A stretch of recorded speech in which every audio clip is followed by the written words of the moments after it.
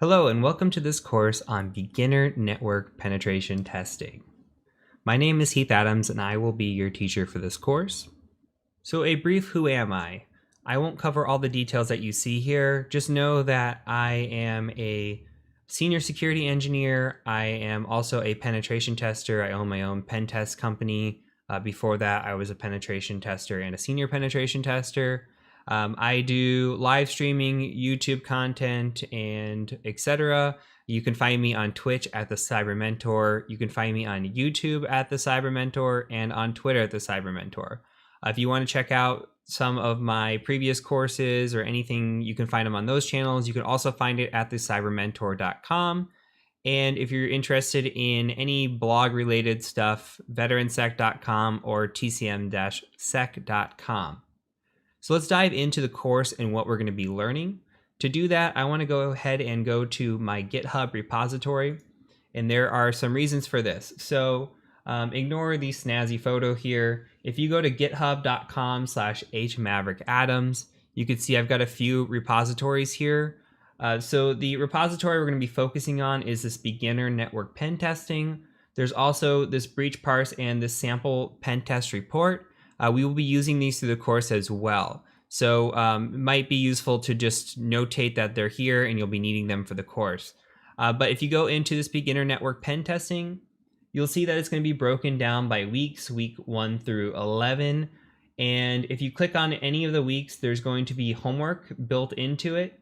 So I recommend going in, if it's week 1, you're watching the first lesson, go ahead and just click week 1, click on the homework, and you'll see the email that I sent out during the week that this actually occurred. So this course was originally recorded on Twitch, and each video was anywhere from 2 to 4 hours long. What I've done is condense the course down into material that is relevant and isn't like AMA or questions from the chat, since it was live streamed. And if you come down here, and we can actually talk about what the course is, it is a beginner penetration testing course. So this is for people who have never done penetration testing before. You might be weak in Linux, you might be weak in Python. And I'm going to take you from, originally it was called Zero to Hero. I'm going to take you from Zero to Hero and teach you everything I know about beginner network pen testing. So if we look at the lesson plan here, and I'm going to put it all down below in the description, you'll have the information for each week or each episode or part with a timeline attached to it. So you can just click and skip ahead if there's a lesson that you say, hey, I already know that. But you can come here for the lessons. Lesson 1 is going to be setting up our pen test environment. We'll talk about note-keeping tools and Linux. Lesson 2 is going to be talking about Python. Lesson 3 is also about Python. We just build from the previous week, and then we start building out scripts and tools. Week 4, we're going to talk about passive OSINT and the 5 stages of hacking. So we'll do some OSINT on Tesla from a bug bounty program and just see what kind of information we can find. And then we start diving in from week 5, 6, 7. We start learning how to scan, how to exploit, how to gain shells. We'll talk about things what we do if we don't find anything, like if we don't find any exploits or vulnerabilities, maybe we can do some things like credential stuffing or password spraying. So we'll talk about what those tactics are and how we can use them. And then we go in for week 8, 9, and 10 into internal pen testing. So we'll actually build out an Active Directory lab, and then we'll exploit that Active Directory lab. So we'll learn a bunch of new things, new attacks, LLM&R poisoning with hash cracking, SMB relay, pass the hash, token impersonation, Kerber roasting, etc. So there's a lot of attacks in here that we're going to be learning. And then lastly, when we're done with the Active Directory / internal pen testing side of things, we'll talk about the maintaining access, pivoting, and cleanup that are part of the 5 stages of hacking. We'll talk about the legal side of the house, meaning we'll talk about what type of legal documents you might encounter, such as like a master service agreement, rules of engagement, etc., as a pen tester. From there, we'll talk about report writing. So you saw that sample report from the previous page. We'll cover a sample report, what it looks like, and what you should be including in a pen test report. Lastly, we'll cover, which is not in here, we'll cover some career advice and my recommendations for finding a job. So if you take this from week 1 to week 11, you start with basic Linux. You move all the way through, you are doing external, internal pen testing, and by the end of it, you're not only doing that, you're writing reports, you've got career advice, you understand some of the legal side of the house. So again, I just want to notate that as you go through, I will mention homework in the course. So if you hear me mentioning homework, this homework is found in the week here. So if you just tie in week 1 lesson, come in here, click on the week 1, look at the homework, and then go ahead and get started with the materials. So you might get a little lost if you don't look at the homework. But with that being said, I want to dive right in. If you enjoyed this course, you enjoyed this video, please do consider sharing it with a friend. Hit that like button, that subscribe button. Word of mouth is the way I've been growing. And then if you want to check me out, of course, YouTube is great. You can also check me out on Twitch. We do live stream pretty much every Wednesday night. So again, my handle is the Cyber Mentor, and I really, really hope you enjoy this course. So let's go ahead and get started. All right, guys, it's 8 o'clock. We're gonna get rolling right away. So I sent out an announcement via email, and I realize that many of you aren't on the email list quite yet. So I'm gonna go ahead and just share my screen. So a couple things we're gonna need for tonight, and these are kind of on the large side of downloads. If you haven't downloaded already, is the Kali Linux custom VM. So if you're gonna be using VMware or VirtualBox, it has a tab for each. I'm gonna be using VMware throughout the course. So go ahead and just click the link here to download the 64-bit, and we're gonna go with that. It's 2.5 gigs. I think it's like 9 or 10 extracted. So we're gonna go ahead and use that one. You'll also need VMware. If you have VMware Pro, great. I'm gonna show you how to run on VMware Workstation tonight. Workstation Player, I should say. So if you search out Workstation Player, you just go ahead and say try for Windows or for Linux, depending on where you're running it, and get that downloaded as well. So that way when we're talking through things, you can already get this downloaded in case you're a little bit behind. So for the Kali Linux download, I wanna add into search out custom image download for Kali on Google, because if you go to Kali Linux, you're going to get a different page than this. You want the custom images because they're pretty easy to install. Hey, Red Finale, shalom, shalom. All right, so we're going to go into this, just a little bit of PowerPoint. I swear we're not going to do death by PowerPoint. We're just going to do a quick overview, and then we're going to get really quickly started. So, hey Frog, how's it going? All right. Kali is made by OffSec. You are correct. All right, welcome to the Zero to Hero pen testing course. This is a practical course on network pen testing. So we're gonna go from zero, hopefully, to hero. So who am I? I am the Cyber Mentor. You may know me as Maverick. You may know me as Heath. So a few different names, but I am a husband, hacker, a military veteran, gamer, sports fan, and an owner of way too many animals.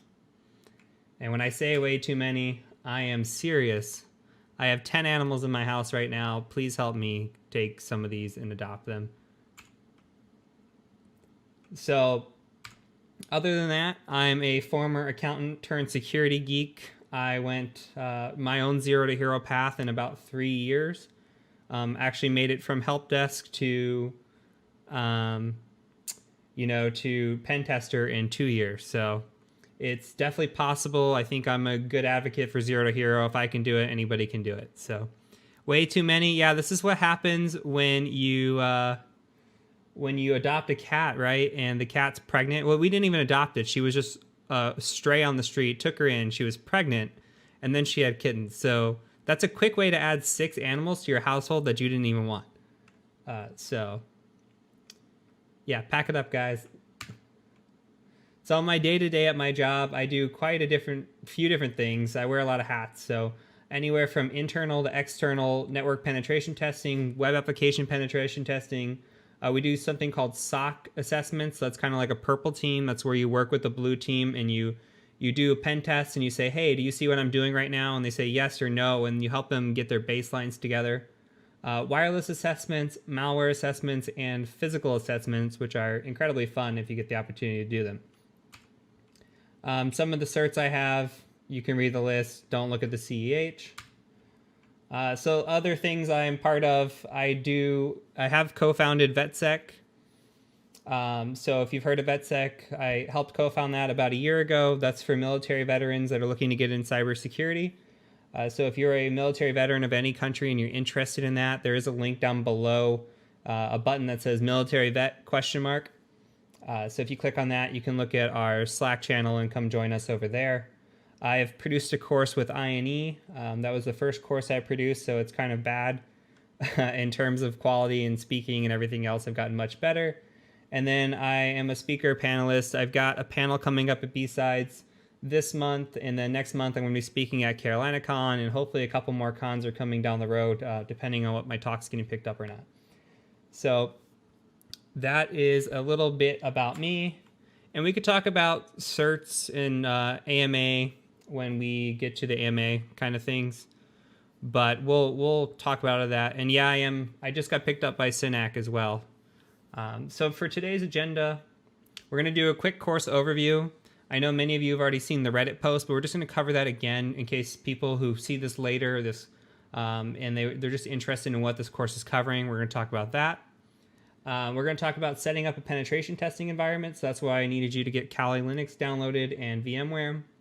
We're going to do a lesson on note keeping, and that's where we're going to talk about our note keeping options, including Cherry Tree for you guys who are loving Cherry Tree. And we're going to also cover introductory Linux. So we're going to cover it kind of from a pen tester's perspective. If you've never touched Linux before, this is kind of the lesson for you. If you have, you still may learn something, but it's going to be pretty basic. So lastly, we're going to do a Q&A, AMA. I will be here as long as you guys want me to be here and you want to talk to me. So if you got questions, I will answer them all. So just got to be patient with me, and I'll kind of try to answer as I go. So the goal tonight is to end around 10 o'clock my time. It's 8 o'clock right now, so it'll be pretty quick pace, but I'll definitely slow it down so you guys can take notes and ask questions as well on topic. Thank you for the sub, J Delta. I appreciate that. Okay, so let's talk about the course overview. So the stream is every Wednesday at 8 p.m. Eastern Time, unless otherwise stated. That is always going to hold true. If you see something elsewhere, let me know, but that is where we're at. Video on demand is available. So if you miss this, you're in another country, a different region, can't make it, it'll be on Twitch immediately after. And if you can wait a day, or if you need to wait a day, it's also on YouTube. And I'll provide those links for you down below. So also course topics. So let's talk about the course topics really quick. Let's go to that Reddit post that we talked about. And this is just a quick overview of what we're going to be covering in this course. So I set this up to the way I would write it out. Like if I were writing a book, this is kind of how I would write it out. But I thought that the first lesson would get too PowerPoint-y if we like put all these things in here. Like if I started getting into legal aspects, it might bore you guys to death. So what we're going to be doing is I'm actually going to move this legal side of the house probably more down towards the end when we get into reporting. So what we're going to be doing this week is we're going to be talking again, setting up pen testing environment, how to keep notes effectively, introductory Linux. Then next week, we're going to start into Python.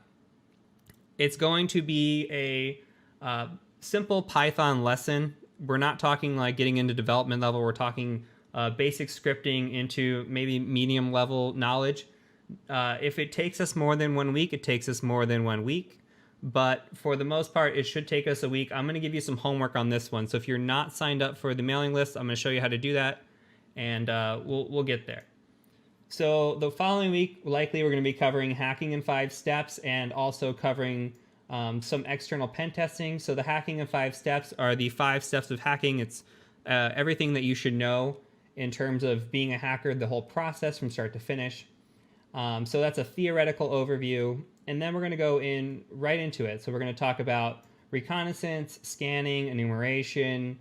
We're going to talk about using Metasploit and then compiling our own exploits. And then we're going to talk about some things that we can do when nothing else works.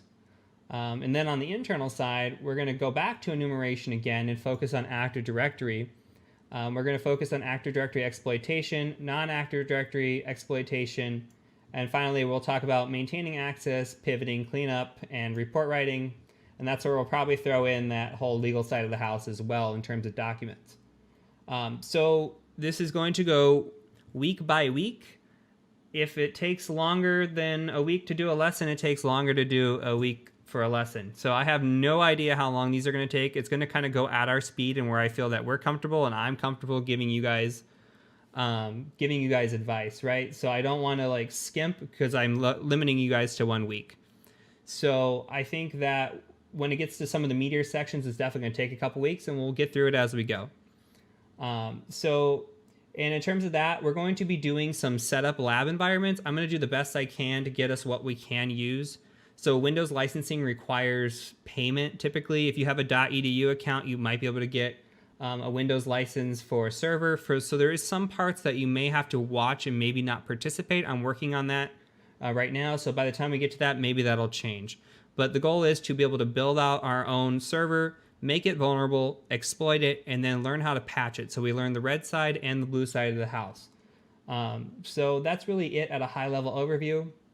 I don't have all of these thought out into lesson plans. That's kind of going to be as I go, but most of these I have a general basic idea of what I want to do.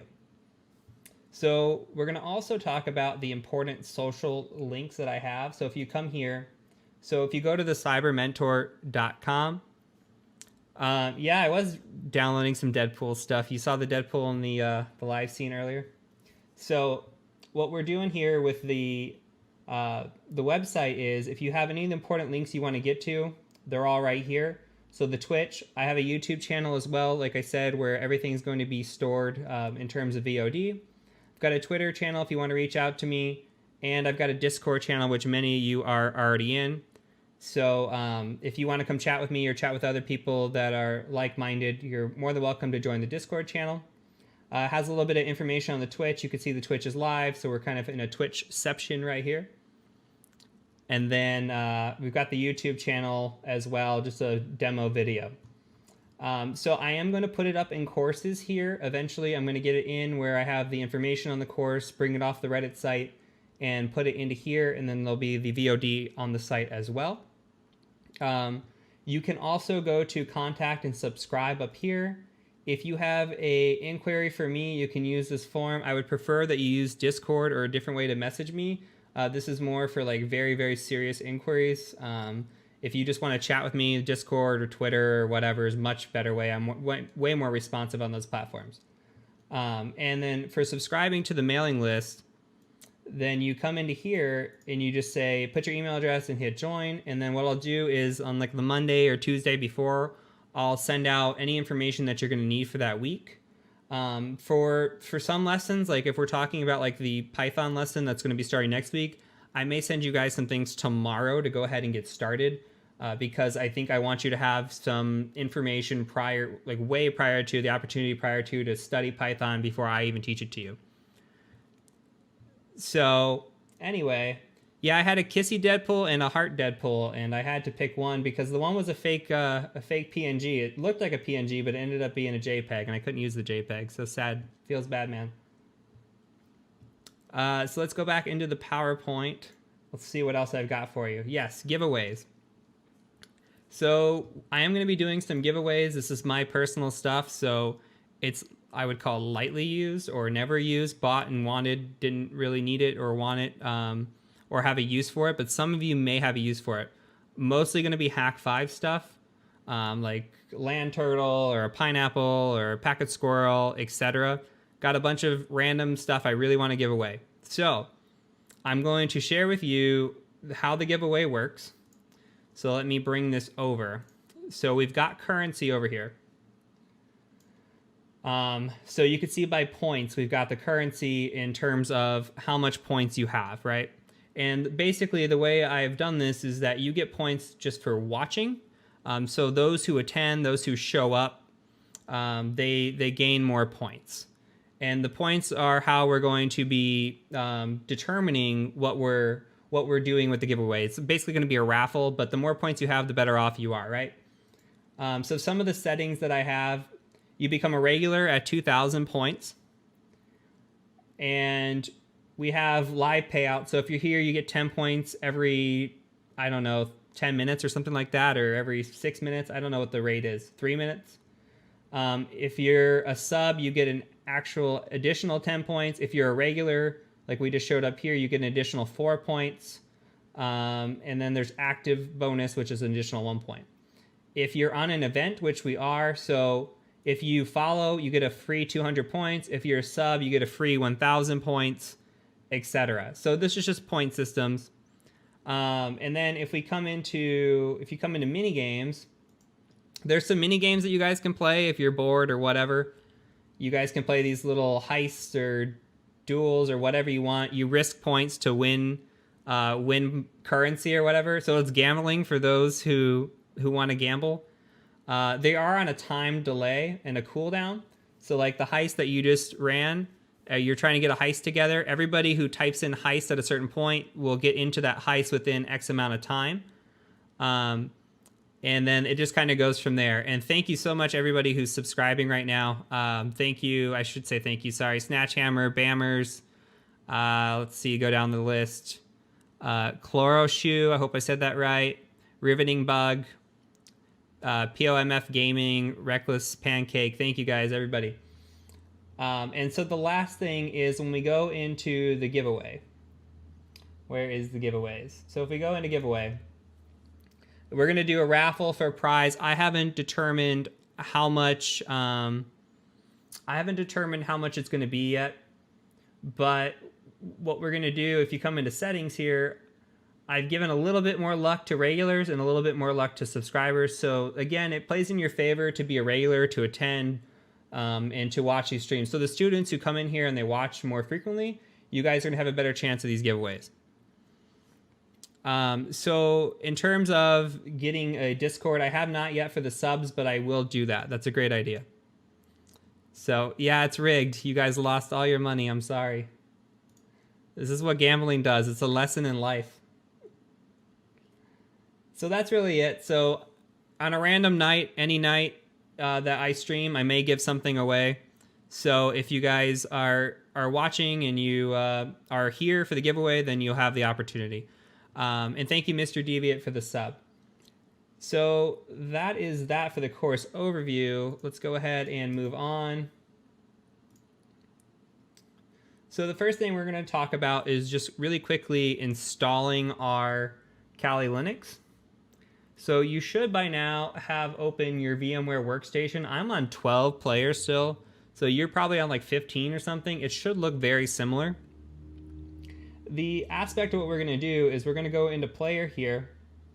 We're going to go into file, and then we're just going to say open. And it goes right to my folder here with this virtual machine, this VMware virtual machine configuration. So this 4 kilobyte little file here, what we're going to be doing is we're going to double click on it. And then we got a couple settings that we're going to add here.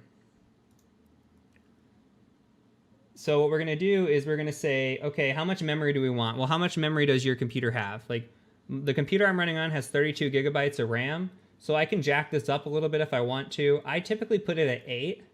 If you're running on 16 or less, I would put it at 4 probably.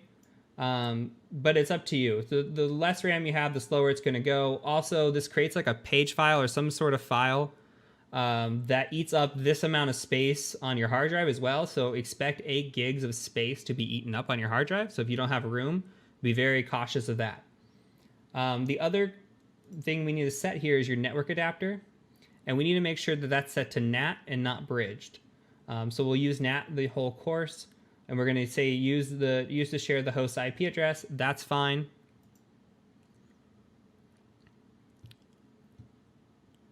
Okay, and then all we're going to do is hit play. And that is asking, and the weirdest thing I've ever seen, this is like a 2-foot long, I don't even know how to describe, look how long this is. I've never seen this before. Anyway, it's going to ask you, if you see in here, it says, I moved it, I copied it, or cancel. You're going to say, I copied it.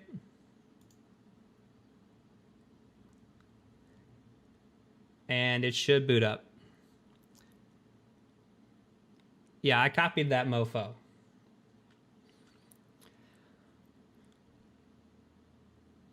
I've had more stability with NAT over bridged. I know some people like to run bridge, and I used to run bridge, but I've always ran NAT. The only time I run bridge is when I'm doing an external assessment or something where I want to have a dedicated IP or whatever. Like I can do port forwarding specifically to that IP address, if that makes sense. My router is incredibly weird, so I have to have bridge connection for that. But other than that, I like using NAT. You guys can do whatever you want, but if it doesn't work because you use bridged, don't yell at me. So username's root, password is root backwards, TOOR. And that will get you logged in to your machine. Well, Kelly, you're special. All right, so here we are. This is our Kali Linux machine. This is our distribution of Linux that is made for pen testing. So when we come into here, we have some things on the side panel here, our favorites. We'll talk about some of these tools later. You'll definitely be using some of these. Most important ones to know is this little Iceweasel here is your Firefox. I guess it's Firefox now. And then your terminal is right here. This is where we're going to be living most of the time. So the first things first, we're going to have our first minimal lesson here in Linux. I want you to click on this terminal and open it. And then we're going to change our password. So we're just going to say PASSWD. And we're going to enter a new password because we don't want to use the default password. So what we're going to be doing here is whatever you want it to be. And then do it twice.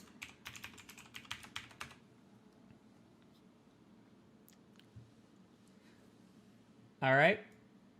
So now we've got our password set and we are good to go. So we're going to put a little back burner on Kali for now. We're going to cover Kali in a little bit more depth here in a few minutes. We're actually doing really well on schedule, so we'll have some more time for either Q&A or questions when it comes to the introductory Linux section.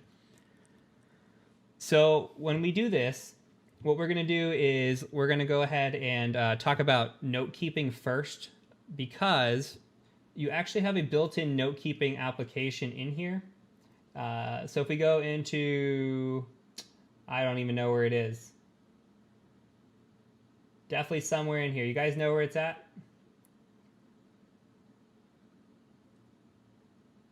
Useful applications, maybe? Evernote. Yeah, let's use Evernote. There's Cherry Tree. Okay, so they took it out, actually. They have put, it used to be KeepNote that came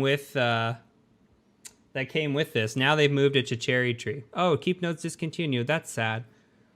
Well, you guys can use whatever you want. So if you want to use Cherry Tree, we can open up Cherry Tree. And you can come in here and learn about this. For this lesson in this course specifically, I'm going to show you what I do with KeepNote. And we're going to go from there. But I don't like actually keeping my notes inside of my Linux machine. I like keeping my notes on my Windows machine or whatever you're running your VM from. Only because if for some reason your machine crashed or you didn't have a backup or whatever, you lose all your notes, you lose everything. So definitely worth keeping them external. The only reason I want to show KeepNote is because I thought it was in Kali until just now. So joke's on me for not knowing that. But Cherry Tree is a very good alternative. I know some people also use Atom as well, depending on if it works for you or not. But let me go ahead and bring over my KeepNote, and I'm going to show you some examples of how I take notes. So when we're here and we're looking at the notes, I'm starting here with the 0 to hero and how I kind of like to take notes. So if we're doing introductory Linux, I'm going to break this down kind of into sections tonight. And what we can do is, okay, say I want to do introductory Linux, and I'm going to be covering something called navigating the file systems, how you get around the file system in terminal. If we look through here, there's a bunch of different commands that we're going to be covering. And we can go into here and like click on them, and we'll have notes for each command. That's one way of doing this. So you kind of have topic, subtopic, and then sub-subtopic. Very, very organized. And another way to do that is, okay, I don't want to have all these little they're called children or child categories. Instead, you can just come in and put them in here. So you could say print working directory. Okay, PWD. Here's a picture of what that might look like. Or change directory. Here's a print what that might look like. So you kind of just go through. Now, when it actually comes down to things, I'm going to show you my notebooks. So without clicking on anything, because it is confidential information, so I'm taking a course right now, WAPTX through eLearn Security. You can see that I actually create a folder for the chapter, and then they have subcategories, right? And then they even have lessons inside of those categories. So for data encoding basics, I have something for URL, HTML, base 36, base 64, etc. I break it down to the very specifics, because if I want to search through this and I want to know something right away, I can kind of just come down and drill down into these and find it really easy. We're not looking through any sensitive information. This is all in the syllabus, my friend. So OSCP, same thing. Like, look at the notes, the amount of notes that I took during the OSCP, and they're all done by chapter, exercises, and machines, right? And that's without showing you anything at all, right? You can just see the amount of data that I put in here. So again, you can see chapter 1, 1.1, 1.2, and even the subcategories as well. So when we talk about a real client, sometimes if we're going through a real client, and this is kind of an example company, I've kind of blurred it out because I had to take pictures and just show you. But like, so I made this example company. This was an internal assessment that we did.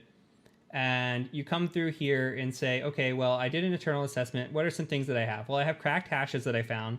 So if I have some cracked hashes for user 1, 2, 3 at corp, these are the hashes, the passwords that I found. I might be able to use those later. Just some notes for myself. The vulnerabilities that I find. So if I come in here and I say, okay, well, I found LLMNR poisoning. Here are the, the usernames, the hash, etc., the machine that I found it on, whatever. This is just a proof picture. And I'll show you guys how I'm taking screenshots. We're actually going to get to that. So when you come through here, same thing, token impersonation. I come through and I say, okay, here's the screenshots that I do. And what you want is you want as much information as possible. Now this here, what you're looking at is actually me doing a rush job. I'm not in here, like on any of these, you don't see me putting in, for a lot of them, like the machine I was on, what time it was at, as much information and detail as you can get possible, the better. What I do with these is when I go back and I sit down and I write my report, I come in here and I say, okay, well, there was LLMNR poisoning. And then what I do is I say, okay, well, let me write that in. And then what I'll do is I'll say, okay, I've written that. So then I put a check mark next to it. I know I wrote it. And then we come down here and we do that for all of them. And then some other things that you want to know is you say, okay, what path to domain admin did I have? So for this one, we did LLMNR poisoning. We cracked a hash, and then we did token impersonation to get domain admin. What strong controls did they have? Well, they caught us scanning. They caught us when we created the domain admin account. Just some notes that you have in here. The more detailed, the possible. As you can see, there's not a lot of details in here. When you came in here, all I've got is the screenshots, not really a whole lot else. Now, many of you are asking what my screenshotting tool is. And I prefer GreenShot. And I learned today from Kelly that you actually cannot use GreenShot on Linux. So you're on your own for a Linux solution. But if you come out here to GreenShot, it's very nice. All you have to do for me is all I do is hit print screen. And if you guys can see this, you can't. But I get an arrow here and I grab it and I can just select the screen like that, right? And then I can say open an image editor here. Let me drag this over for you guys. So I just took this little screenshot. It zooms in for you. Oh, you can't see. It freezes my screen on my end. Sorry, guys. And so some of the nice things that it has, like you come in here and you got effects. Like I like to put a border on my pictures. Okay, automatic border. If I'm running like a black Kali, I can invert the picture and make it white. So like for the reporting and stuff, you don't want a black screen. You actually kind of want white on the background. So if you're taking screenshots of the black background, very nice to have. It's got a highlighting tool. So like I want to point out something specifically on that screenshot. Really nice. it's got obfuscation. So if I wanted to blur out this word here, I could just say, okay, I want to blur that word out. So this tool is really, really handy when you are making your reports. This is called GreenShot, Night of the Ninth Nut. Can't believe I just said that. Anyway, it's called GreenShot. Basically, it just replaces your print screen feature. So instead of, when you hit print screen, it allows you to drag and select. And then if you wanted to actually do a print screen, there's like control print screen or something else that allows you to take a screenshot of the whole screen. Hey, thanks, Nate. That's awesome. So it looks like Flameshot works. Yeah, some of you guys have some really good usernames. I'm digging it. All right, so we are at 8:30. We are a really good schedule, guys. So in terms of notes, like this is really what you want. You want a note. You want to show as much information in like the screenshots that you can. Like if we go back into my Keep note and we look back, like you want to see how I highlight it. I can show that I've captured a hash or whatever. And a lot of times we'll blur this hash out. That way, or if it's cracked, we'll blur the cracked part of the password out. That way, if we release a report, nobody knows what the password was. Same thing with like token impersonation. You want as much information as possible in these. So really cool stuff. And that's really it. So just as much detail as you can get as possible, because as a pen tester, you may have to go back and rely on your notes, and your notes are everything. So if you're on an assessment and you're on site and you only have so much time on site, if you didn't take a note or a screenshot or, the right kind of things that you needed, and you go back to write your report and you're going to say, hey, I needed that, well, you're screwed. You either have to go back on site, you have to somehow ask the customer, and they figure out that you messed up somehow one way or another, right? So good call out on the Flameshot. I've never heard of it, but I'll have to check it out. Looks like it's pretty good. All right, so I'm going to take a quick sip here of my lovely beer, and then we are going to dive right into Linux. So I do recommend that you take notes. If I go too fast, this does have VOD for you guys. I'm going to try to talk slower. The notes are stored in a folder on the desktop or wherever you save it. So they store into a folder and then into subfolders inside that folder. How much time did I spend on notes for the OSCP? I got through the note guide, the lab guide in 7 days. My goal was to get it done in a week. Labs and exercises or whatever, for the most part. There were some of them I couldn't get through that fast. Some of them you had to be in the labs to figure out for a little bit. But that was 7 days of work, plus whatever you saw with the machines just was kind of as I went. And those were a little bit different. Let me see if I can click in there without revealing too much information. So if you look, say this machine, this is well known. Okay, say I had the machine number and the name. I did my scans, my TCP, my UDP. I had the vulnerabilities I found, the exploits I found, the information that I found post-exploit, whether it was network information, valuable information, any hashes or passwords I found, and then proof pictures. So you can see I really organized it out by machine too, because you never know when other things are going to come up. You don't know what machines are talking to other machines. And this is all kind of stuff we'll touch on and learn, and I'll kind of guide you on how I want you taking notes as we go and get into this. But for the Linux section, you really don't need that as much. It's just kind of going to be by hand and taking notes as you go if you find something interesting that you don't know, and then watching it later if you really are new to Linux. You guys are getting rich over here. Okay, so let's go ahead and hop right into Kali.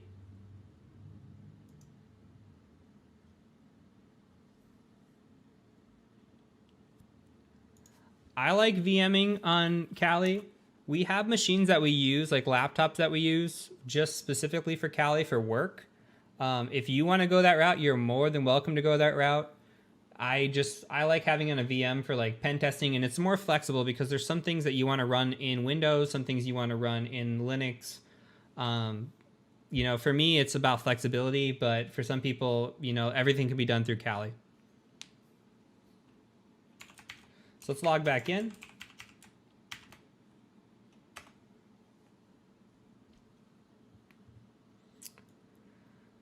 All right. Let me get my notes up because there's no way I'm going to remember everything I want to teach you guys.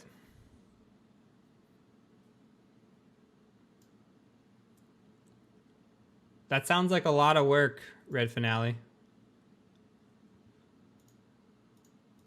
I like my distribution because Kali just comes with everything pre-built.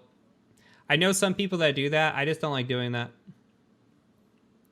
I know a lot of web app people that do that specifically. They'll just install the tools they need on a distribution, and you never know what you're going to need. So I'd rather just have everything instead of having, the tools I like. All right, so what we're going to do in here is we're going to talk about navigating the file system now. So all this is going to be about is how to get around, how to look at files and how to, find files. So the first command I'm going to show you is pwd, which stands for print working directory. So what this means is it just says, hey, print where I'm at. What's the location I'm at? You see right now we're in the root folder. Okay, so if we want to move to a folder, we can use that with something called cd. So that's change directory. So if we want to change directory, well, how do we know where we can go? We can hit tab twice and see where we can change to out of this folder. And that'll give us some ideas, right? So, okay, let's say we want to go to desktop. So we say cd desktop.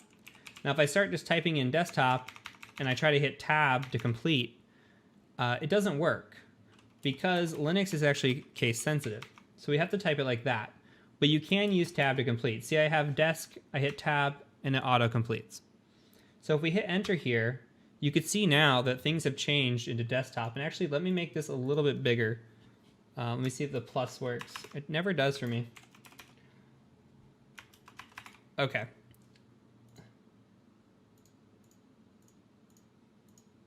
That way you guys can see. So now you can see that we're in desktop here. And if we wanted to go back a directory, we could say cd ... Okay, and now we're back into this little a tilde right here, which is our root folder, right? And if we try to cd ... again, okay, we go into like this / of a folder. It's like a base folder for us. Now, if we cd ... one more time, we don't go anywhere. So we are in the lowest that we could go in terms of a directory, right? From here, we can actually say, okay, how do we see what's actually in this folder? Well, we could do a tool called ls, which stands for list, and we'll just say ls.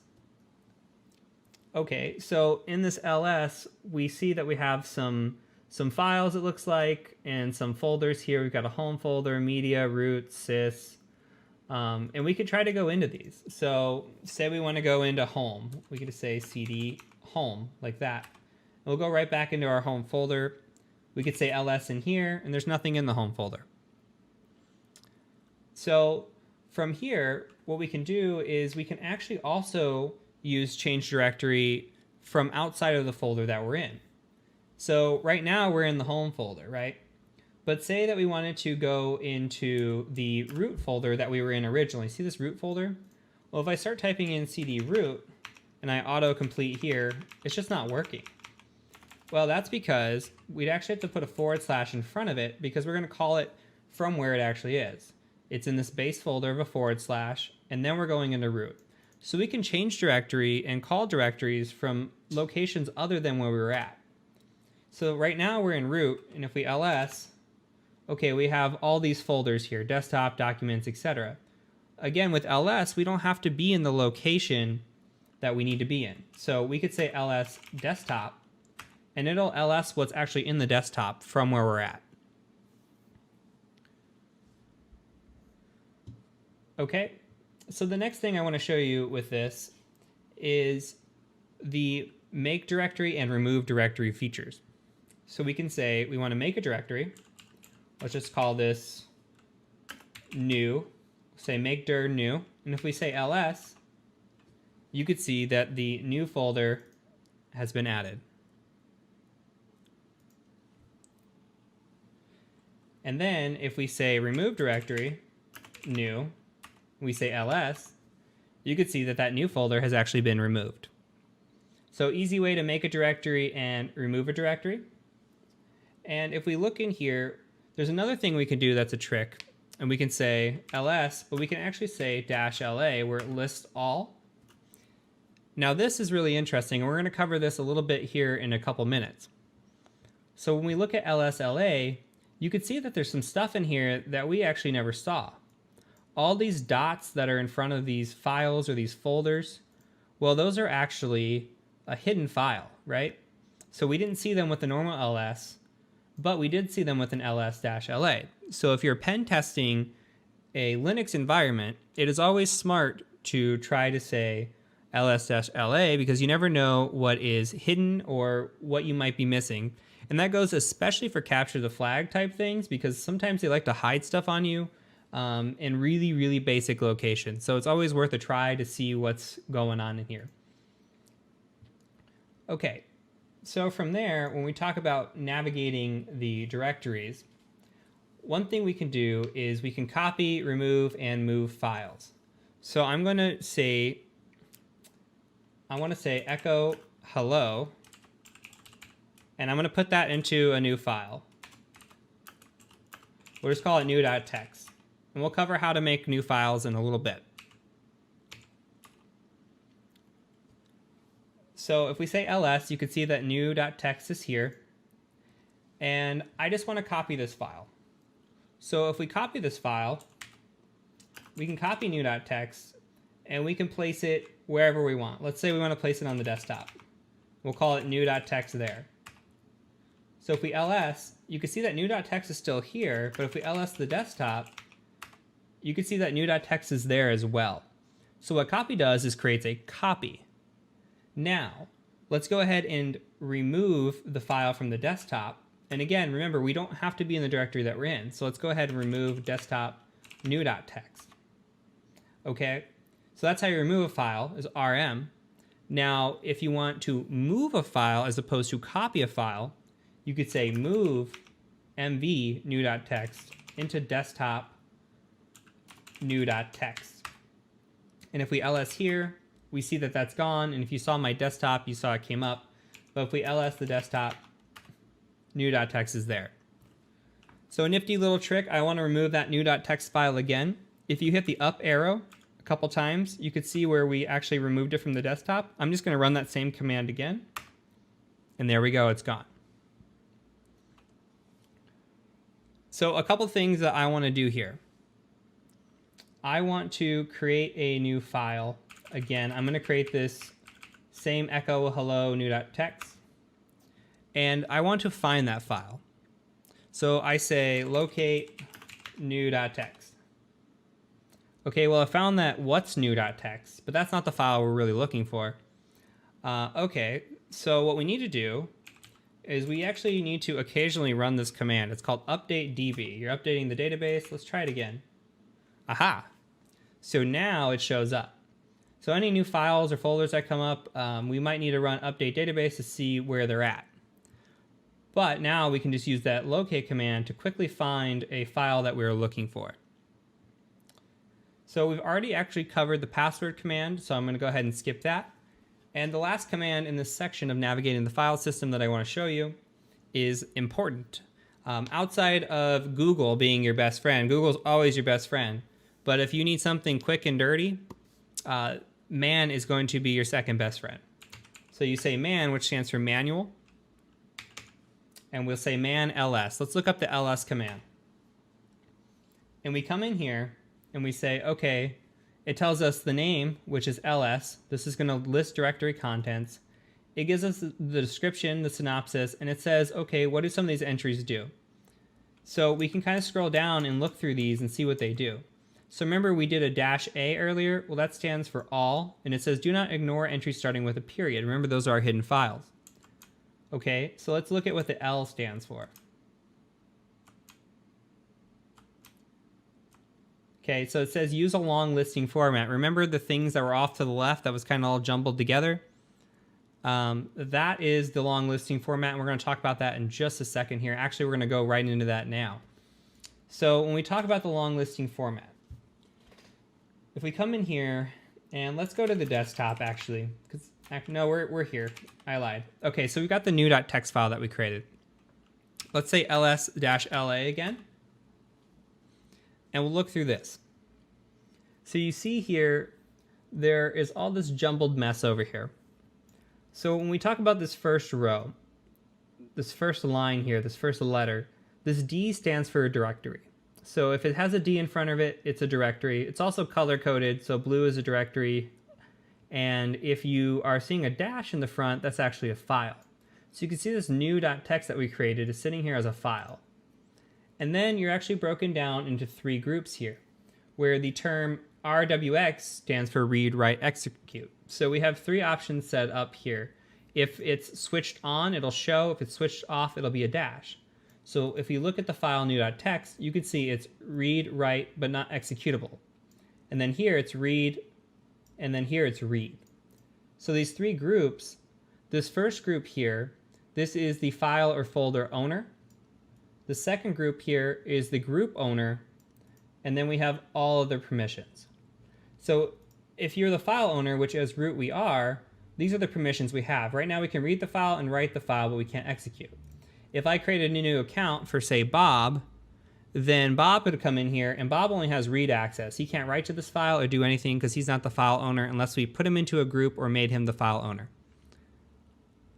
So now what we can do with this is we can actually use something called chmod, which stands for change mode. Now there's a couple different ways we can do this. So there's a numbering system. We could say change mode 777. Now 777 on new.txt will give it read, write, execute for every single thing. I don't like really doing that unless we have to, but I do like using this instead. I like using +x. This means we can use execute on that file. So let's say new.txt with execute, and then you come into here and you say, okay, well, let's ls-la again, and it turns a shiny green. That means that it's executable. And that gave that permission not to just me, but it gave it to everybody. So what we do here is when we're using this execute, this comes into importance when we're trying to write our own scripts, or we're trying to use other people's scripts that we download, or we're trying to run an exploit. Later on in the course, you'll see really its importance, but we need to have the file executable, because if we make a script, and I'll actually show you in this lesson why it's important a little bit later, what you do is you have to have it executable in order to execute it, if that makes sense. It should. So if you tried to run, like, say, a bash script and it wasn't executable, it's going to say, hey, I don't know what you're talking about, can't run this right now. So very important when we want to run a script or Python or whatever we're doing that we need it to be executable. Okay, moving on, we're going to talk a little bit about users and some important files here as well.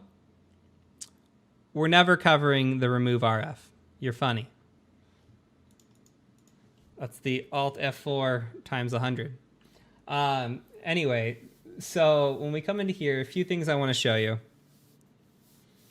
So add user is the first thing I want to show you. So let's just say we want to add a user. We'll call him Bob. Okay, we're making a guy named Bob.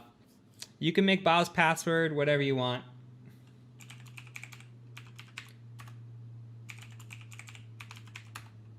Okay, and then you come in here, you can enter information or not, hit enter. Awesome.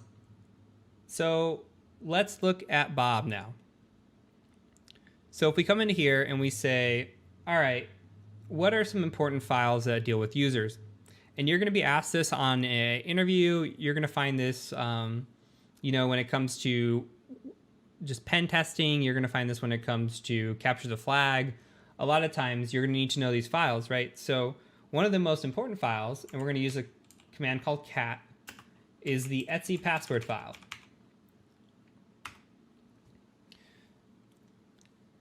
Now, the etc password file is called the password file, though it does not store passwords.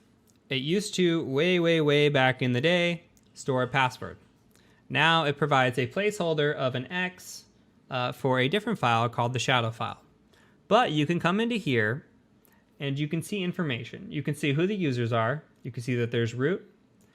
And you can see what their UID is, etc. Well, if you scroll down, typically, you get to the bottom, you find the users that are actually on the machine as well, other than root. So when we talk about those users, we say, okay, well, we just created Bob. Bob's in this group 1000. That's pretty standard.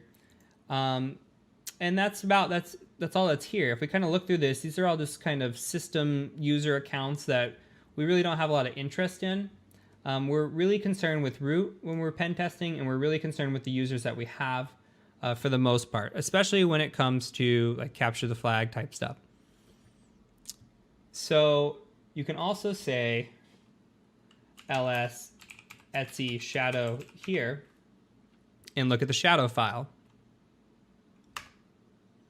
And I said ls, I meant cat, I'm sorry, spaced. Okay. Yes, beef, the hook. The hooker of the pen testing world is beef. Okay, you come into here, you see this hash, right? And you have this hash information. This is the no-no that you should never give access to, right? This is the root should only access, and that's pretty much it. Because I've got the hash for Bob, I've got the hash for root here, and we could, in theory, crack these hashes, right? And it would probably be pretty easy. So if I come into here, and we can use a tool later on that I'll show you, it's called unshadowing. Basically, you take this hash or this shadow file and this password file, and you kind of combine them together. What it does is it takes the root, it places this hash in place of the X, and then it runs the rest out into here. You can run that through John, or you can run that through Hashcat or whatever, and you can attempt to crack it.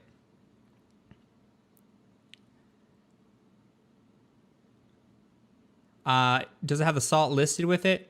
If it has the salt, it doesn't mean it can't be cracked. It's very, I mean, these ones are very well known and crackable. If we ran these through, I bet for Bob, I put Robert123 for his password, so I'm pretty sure you could crack that fairly easy with Hashcat and a decent password list.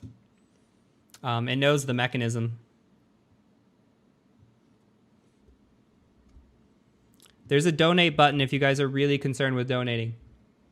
There's Patreon, and there's a donate button down below. If you're on a phone, it doesn't work out as easy. There's an info button if you're on the app. There you go. Yeah, there's the Streamlabs donate. Thanks, guys. I really do appreciate that. Okay, so we're going to cover these files more in depth and how to crack these. I do have a video on how to crack these passwords, or the Linux passwords with Hashcat. If you're interested in that, you're more than welcome to check out YouTube. It's one of the more recent videos that I have on there. And then we'll cover that and its importance more later down the road. But just knowing that the Etsy password contains the users and the Etsy shadow file contains the hashes is what's most important. So in terms of other users and permissions and things like that, a couple more important things we need to do. There is something called SU, which stands for switch user. So if we say we want to switch user to Bob, as root, we can just go ahead and do that. So now we're Bob. Now for Bob, and we want to cat out that Etsy shadow file, we do not have permission to do that because we are not a sudoer, S-U-D-O-E-R. If we're not in the sudoers file, we do not have permission to do that. If we tried, we could try to sudo cat Etsy shadow. And then we type in Robert123, which is how I made the password. It says Bob is not in the sudoers file. This incident will be reported. So basically, sudoers is the permission for us, right? It's kind of like the permissions file. It allows us to have access or not to have access.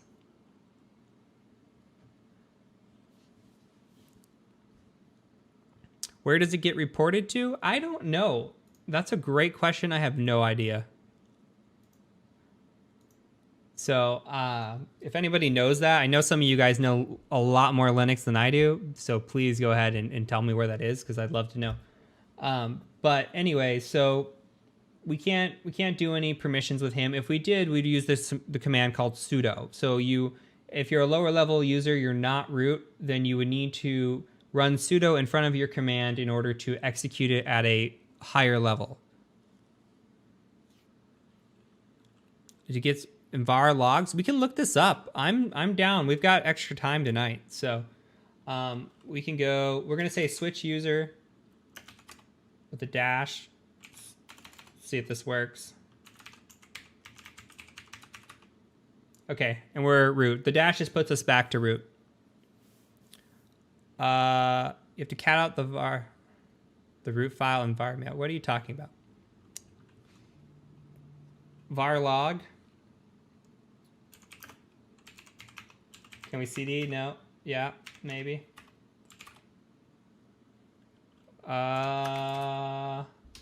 What's the most recent, people? Hold on. What are we looking for? Where's our... We've got March 20th. Syslog, user log. 2046, that's not recent. 2055 is more recent. Yeah, syslog. All right.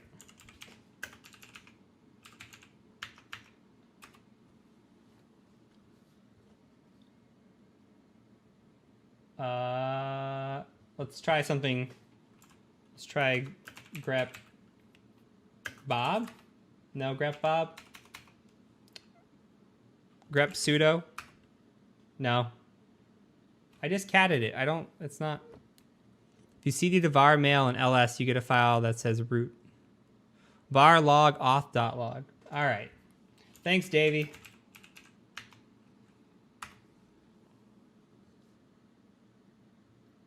Change user Bob information.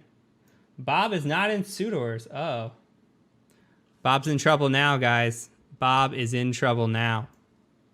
You found it. Thanks, Davey. Davey's the best. All right. So that covers it for the users and privileges. So next we're going to go into some common network commands. So let's go ahead and talk about those. So the first network command that you should know, probably the most important command that you should know, is ifconfig.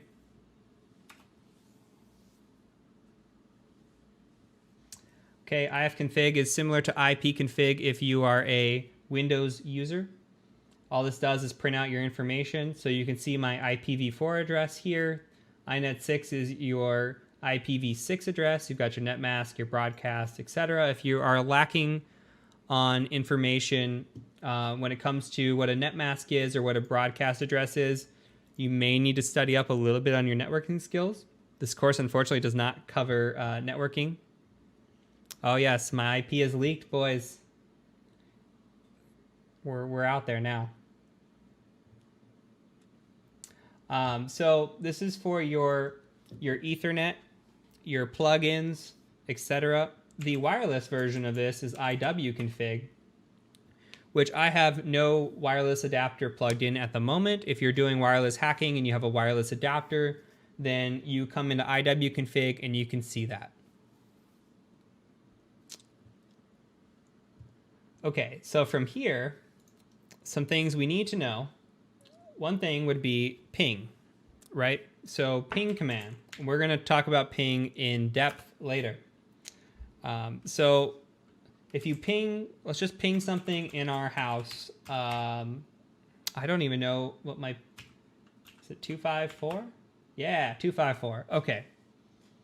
So you see when I say ping and I'm pinging something in my house here, it's just going to ping endlessly. I do have a Roomba, actually. I love my Roomba. But anyway, so 1.254, it's going to ping endlessly. Now, if you want to ping it just one time, we can add a switch of C for count, say 1, and then we'll just ping it once. And again, we're gonna talk about that in much more depth here in a few minutes.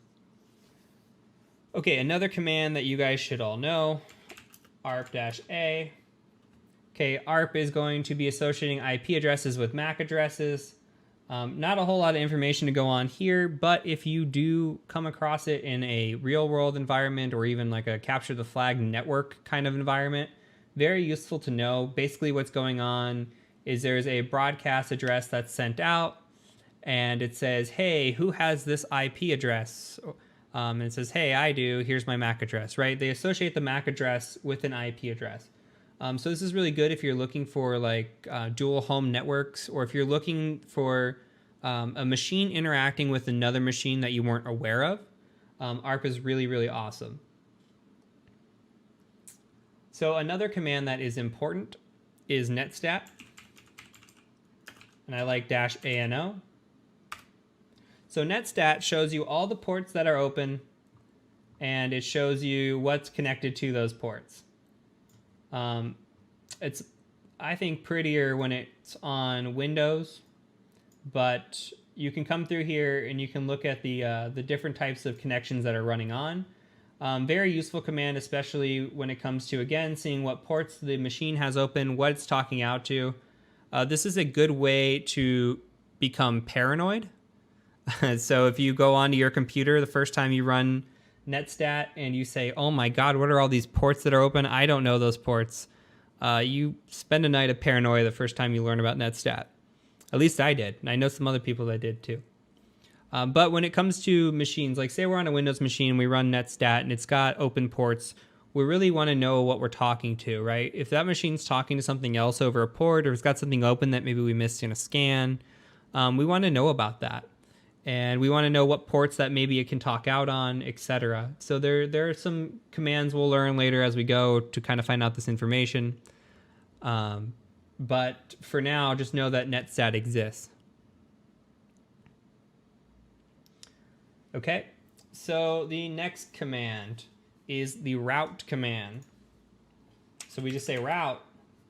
This is our routing table. So you can see that, again, not very interesting. It's more interesting when you actually have a network going on.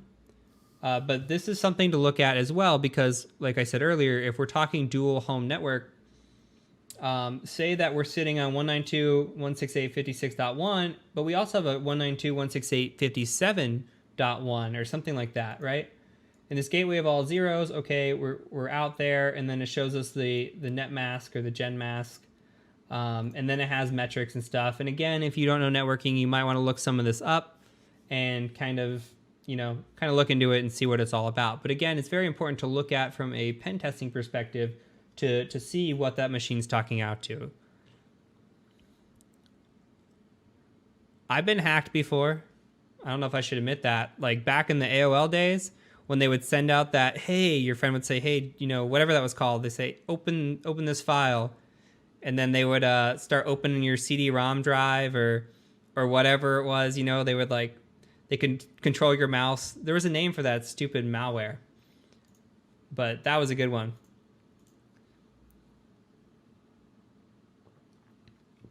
I also got malware from, I never got it from LimeWare, but Kazaa was it, man.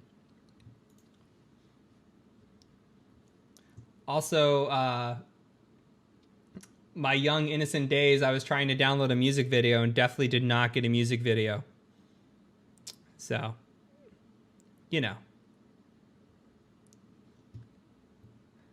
All right, guys. So that's really it for common network commands. So we're going to go into viewing, creating, and editing files. After that, we're going to do a little bit of installing and updating. We'll talk about services, which will be really quick. And then we're going to get into scripting, which should be pretty fun. Yeah, I actually remember the music video that I was trying to watch. The band is called City High. What is the stupid name of the song? It's called What Would You Do? That's how old I am, if you know that song. I remember the other video too, but we're not going to finish that story.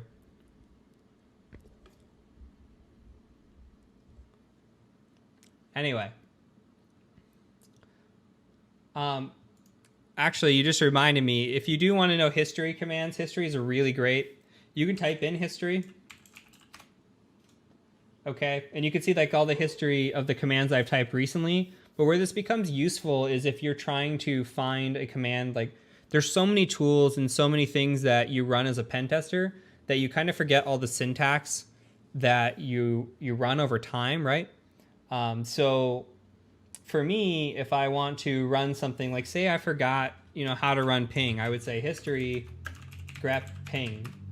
And then I would see all the times I've ran that history command or the ping command and find out exactly what I need to run. So it works out really well because I can never remember all the stupid switches and everything that goes with these tools. Okay, let's talk about viewing, creating, and editing files really quick. So if we say ls, let's see what we got here. Oh, we're in var log. Let's go back. Let's get to root downloads. Another way to do this is you could just a tilde, like that little, you could do cd a tilde and then downloads if you wanted.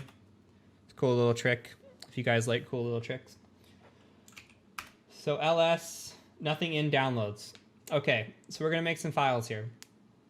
So you saw one way to make a file earlier. I just echoed hello. And then we put that with this caret in here to hello.txt. And we could say cat hello.txt and it'll say hello. Now, we could also say, okay, let's say hello again into hello.txt. And let's just leave it like this, hit enter, and let's say cat hello.txt. Okay, well, we just overwrote the file. So be careful when you're using these carets here, because you want to make sure that if you want to write an additional line to a file, that you use a second one like this, say hello again, again. Look at you special little students, Cheshire and Red Finale. You guys are going to the advanced class. You're in honors now. Okay, so now we've appended it. So we've got hello again and hello again, again. So we can remove this file. And another way we can make a file is we could say touch hello.txt. And we'll make a hello too, just for proof of concept. ls, you can see hello2.txt is there. We could say nano hello3.txt. Can't type, guys. And then we could say hello and hit Control X in here. Say Y for saving, hit enter, uls. Hello3 is there as well. No vim, no vi, none of that. None of that. Nano is great. And lastly, if you're a GUI guy, hello4.txt. I'm using gedit. No gedit. What is going on, guys? Is this new? Is this new?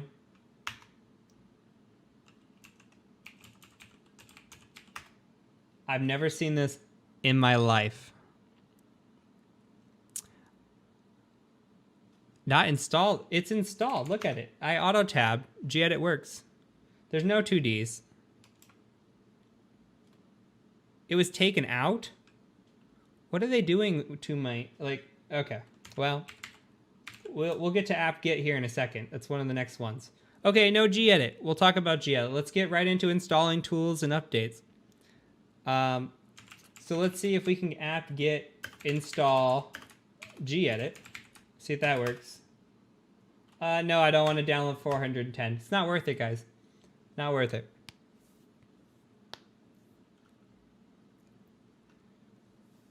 No apt. Is it just Git now? What are you talking about? Is it just Git? I don't know all these. Apt-get install Windows. Just apt. Why are they changing everything on me? Anyway, you have graphical editing choices. LeafPad. Do we have LeafPad? Can we just call LeafPad? Hello 5.txt. Cannot open. It hates us. Cannot open. Still hates us, guys. I have to ask politely.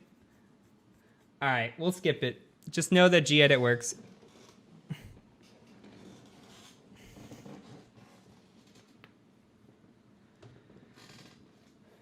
So anyway, All right, we're gonna do this without running apt-get apparently. So if you want to update your machine, if you want to do updates, you could say apt update and apt upgrade. You don't want to do this right now because it'll take forever, but this is a good idea. Apparently I need to do it because my shit's broken. But I do want to show you how to install some tools. So the first tool I want to install is apt install git, and we're going to say -y just to say yes on this. Basically, it just accepts the install automatically and starts installing it for you. Git is a useful tool that we'll be using quite a bit, I'm sure, throughout this course, and I'm going to show you an important install that we're going to do with Git tonight. So we've got Git installed. We're also going to install FTP, because apparently by default, FTP no longer comes with this machine either. So I don't know what they're doing, but they're ruining everything that I ever knew. And apparently we're not able to connect to archive.linux. Oh, no, there we are. Okay. So make sure you get FTP installed as well. I'm trying to run the same commands and the same everything as you guys from the beginning. I don't want to use my personal one because I want to make sure that any issues that you guys encounter, I also encounter. Yeah, maybe we're going to switch to Parrot. Maybe we'll do this lesson over again next week. We'll do it in Parrot. Okay, so while we're waiting on this, let's go ahead and open up a Firefox session.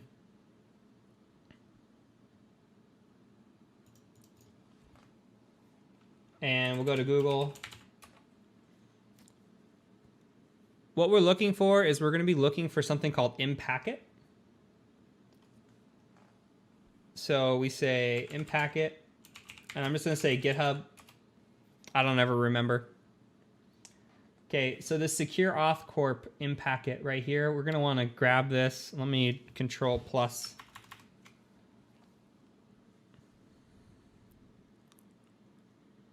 Okay, so we click in here, and this Impacket tool is something we're going to use quite a bit when it comes to internal penetration testing. You may have seen me use it before. Last week when we did active, or 2 weeks ago when we did active, we used Impacket quite a bit. So what we're going to do is, by default, the Kali version of Impacket is broke. Unless it's fixed in this recent update, I don't think it is. We're going to go ahead and fix it ourselves. So what we're going to do is we're going to say apt purge. So we're going to get rid of, and I just put a star around it. I want to get rid of everything that has to do with Impacket. Let's just get rid of this program. We'll install it ourselves.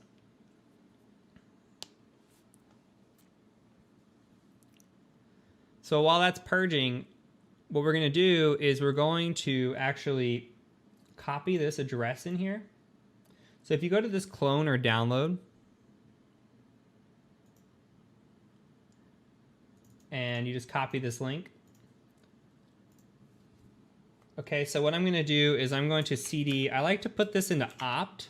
I like all of my programs in the opt folder. So cd/opt, and then I'm going to say git clone, and I'm going to paste this into here. And it'll clone this file, all of this from the web. And we should have a nice little Impacket here in a second. I don't know what's going on. Everything's going slow.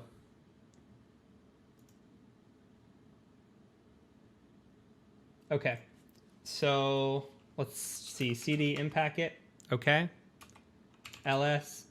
So what we need to do is we need to read this and say, okay, what do we do? How do we install it? If you come through this install guide, it says you run pip install period from the directory.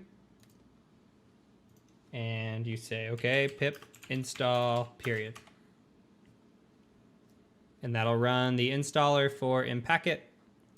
It's as simple as that, except we don't have LDAP 3. So we'll have to work on finding that as well. No files were found to uninstall. Oh, we're not uninstalling Adap3 because we already have it. So that's good. I think we're good.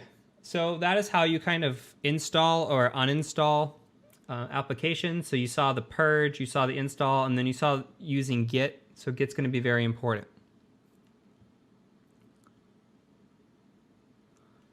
So when we talk about controlling Kali services, I'm going to teach you how to turn on and turn off services. You're going to make them feel really good about themselves.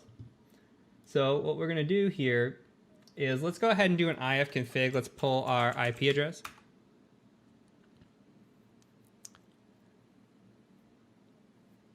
All right, Kev. You're head of the class, Kev.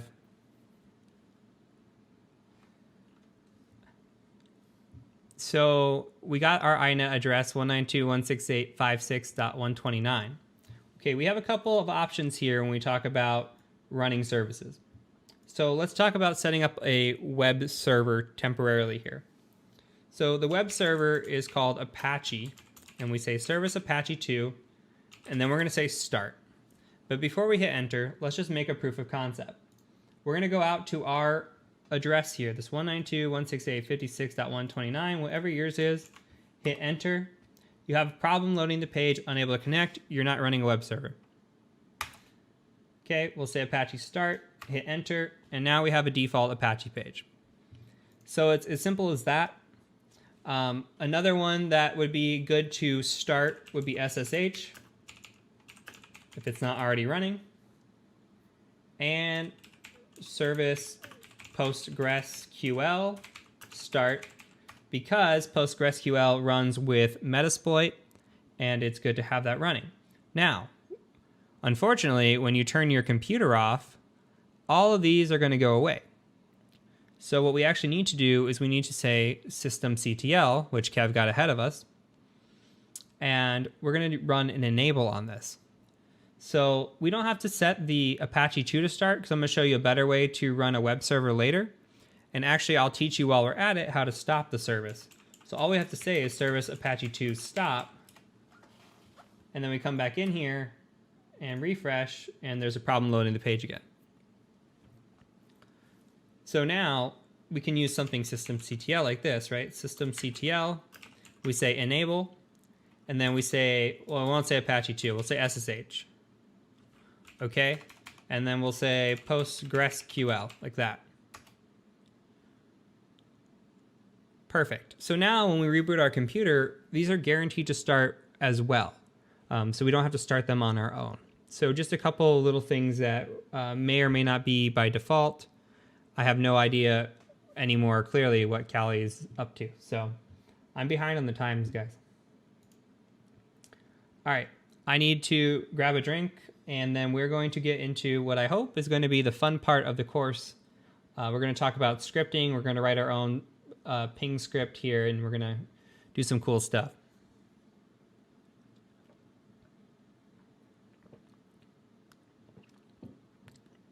Free drinks. You don't have to run SSH at boot. I run SSH at boot.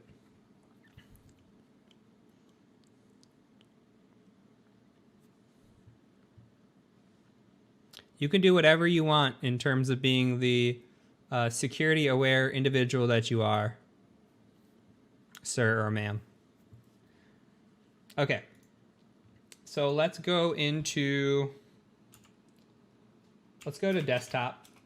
We'll do the tilde desktop. ls.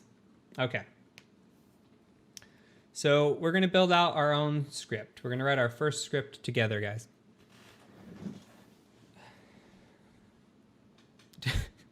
Monster drink, Frappuccino, and Dayquil. That's hilarious.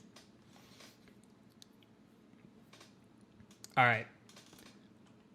So for our first script, remember when I said we were going to be dealing with ping?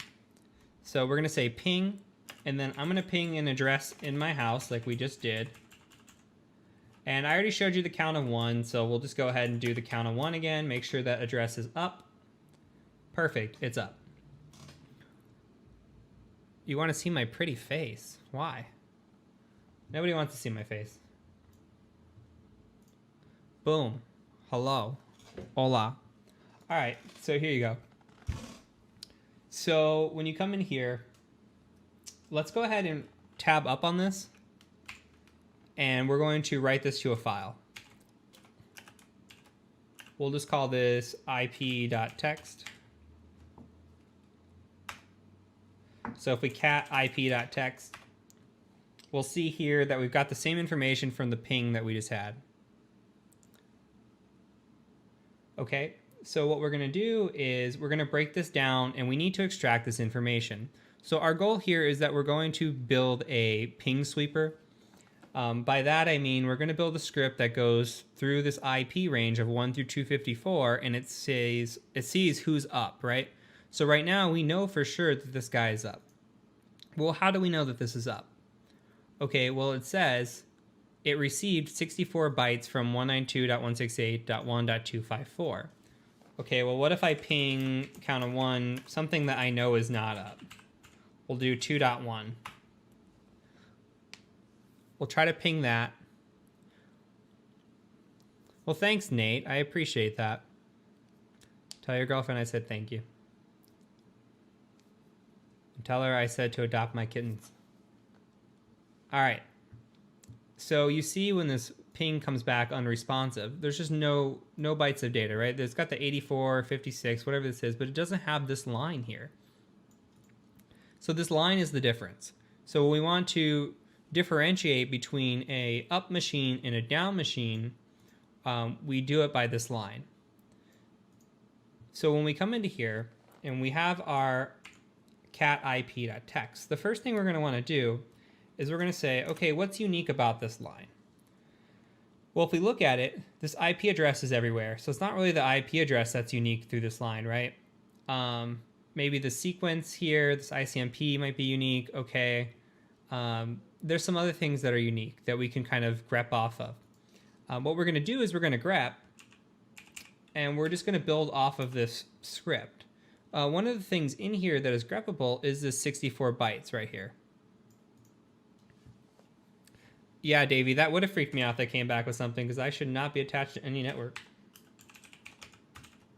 So if we grep on the 64 bytes, you can see now that from this whole ip.text, I just pulled out the 64 bytes.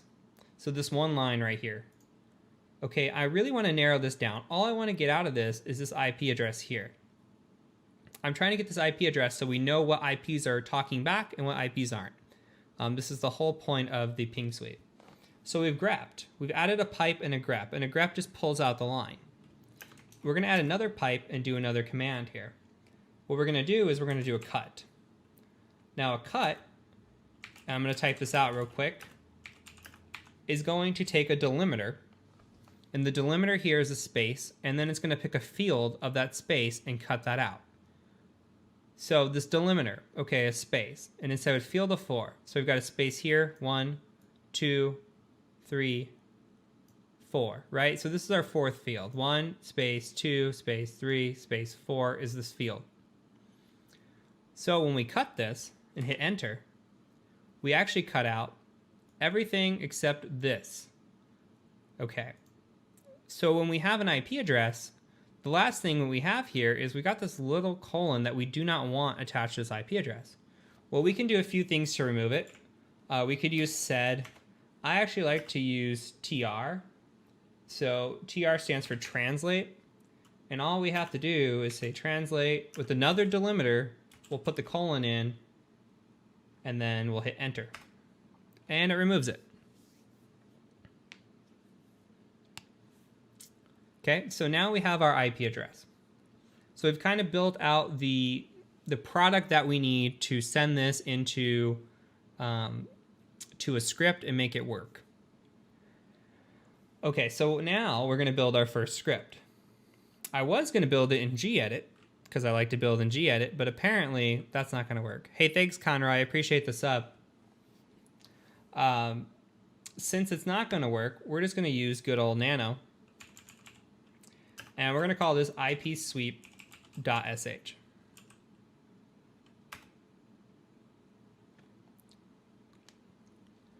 Okay. Now, at the very top of any script, we need to declare what we're running. So if this were Python, we'd be running bin Python, but here we're actually be running bin bash. And we'll cover this more in depth next week when we start talking about Python. But for now, just know that at the top, we're going to be declaring the bin bash location and that we're running this in bash. This is going to be a shell script, hence the sh. You guys and LeafPad.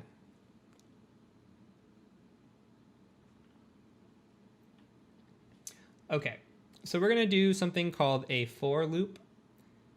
And let me type it out here. So we're going to say for IP in sequence. And note what's in front of sequence. It's the little thing next to, I don't know what this is called, the thing next to 1. If somebody knows the name of that, please educate me. You guys have been doing it all night. Backtick? It's not the tilde. The tilde is the shift version of that. Backtick. You guys are awesome. All right.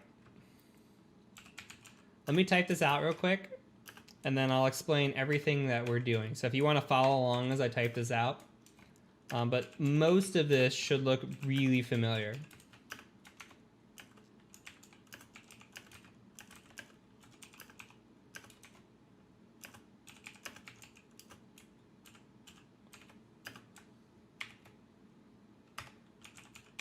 Okay. Teaching is absolutely the best way to learn. Okay. So we're doing a for loop. So when we're doing a for loop, we're saying for something in something here, we want to do something until it's done, right? So for an IP address, and this is just a variable that we're declaring. We're declaring IP. We could call this whatever we want, but we're just calling it IP for now. For IP in sequence 1 through 254. So that means we're going to run through 1 all the way through 254. And we're going to say, okay, well, when we go through that sequence, every single time we go through this sequence in this loop, we're going to do something. What are we going to do? We're going to ping a count of 1, $1 dot $IP. Okay, what does this mean? $1 is user input. And what that means is when we run this script, we call this IP sweep. We're going to run it like this, ipsweep.sh. We need to call something. So I'm going to call out something like this because this is the first 3 octets of my network, right? So I'll call out 192.168.1, and then we'll have a dot here, and then the IP. Remember, we declared IP right here, so the IP is the sequence 1 through 254. So every time that we sequence through this loop, we're going to be saying 1, 2, 3 on this 192.168.1. We could also remove $1 and hard code this if we wanted to, and then it would just run through this. This just allows a little bit more flexibility, allows us to type it in, and if we're doing a different network or whatever on the fly, we could just use this quick little ping sweep. So anyway, I'm going to delete this out. Now the rest should look fairly familiar. Okay, you're going to grep 64 bytes, cut with the delimiter space to a field of 4, and you're going to translate. Now, the only thing, yes, Control K to delete a line. I did know that, actually. That I did know. So here, there's 2 options that we have. You could put another semicolon after the parentheses here and say done. What I like to do is add this ampersand. The ampersand allows us to do threading.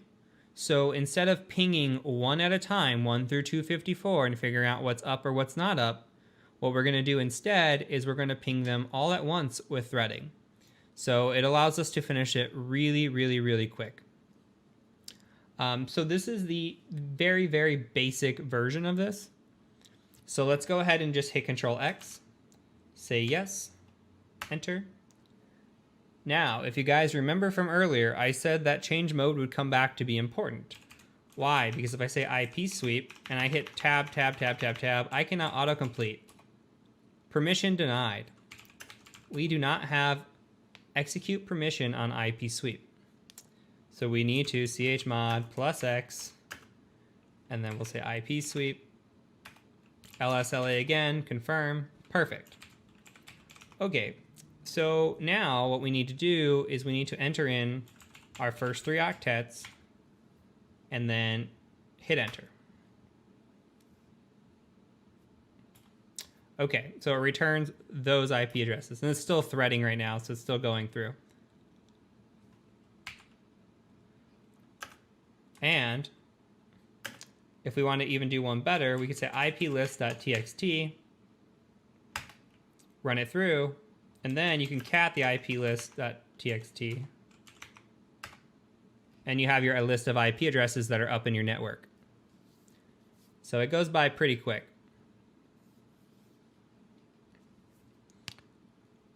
Now, we can improve this a tad bit.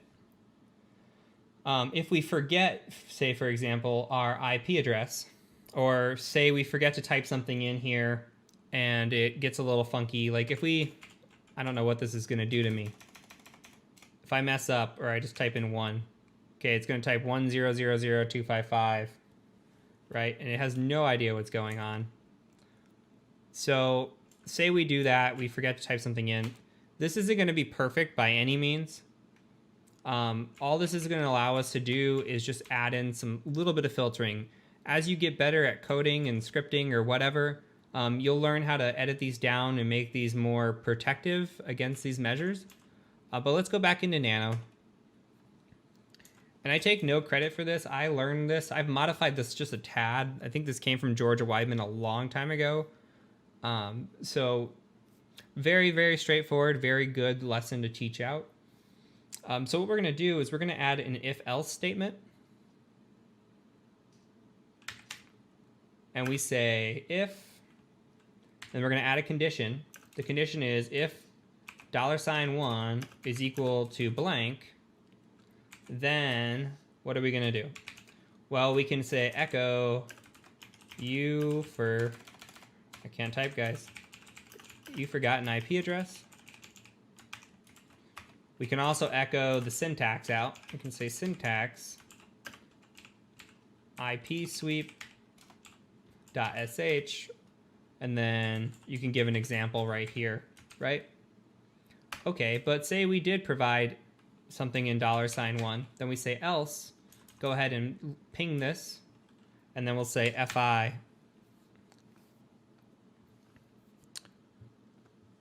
Okay, so all we're doing is if this variable, remember the variable is this, or not variable, if the user input 1, this 192.168.1 is not present, if there's nothing present there, then you're going to say, hey, you forgot something.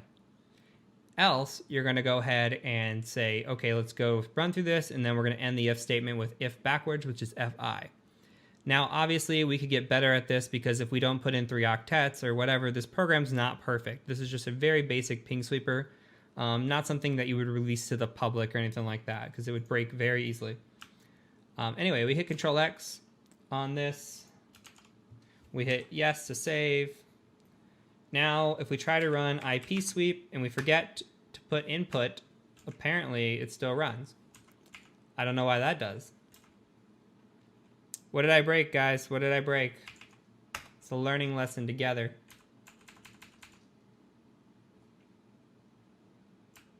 Does this need a space? If, then, else, end. I think we're good. I broke the script. Guys, I broke it. There you go. It needed a space. Syntax is everything, ladies and gentlemen.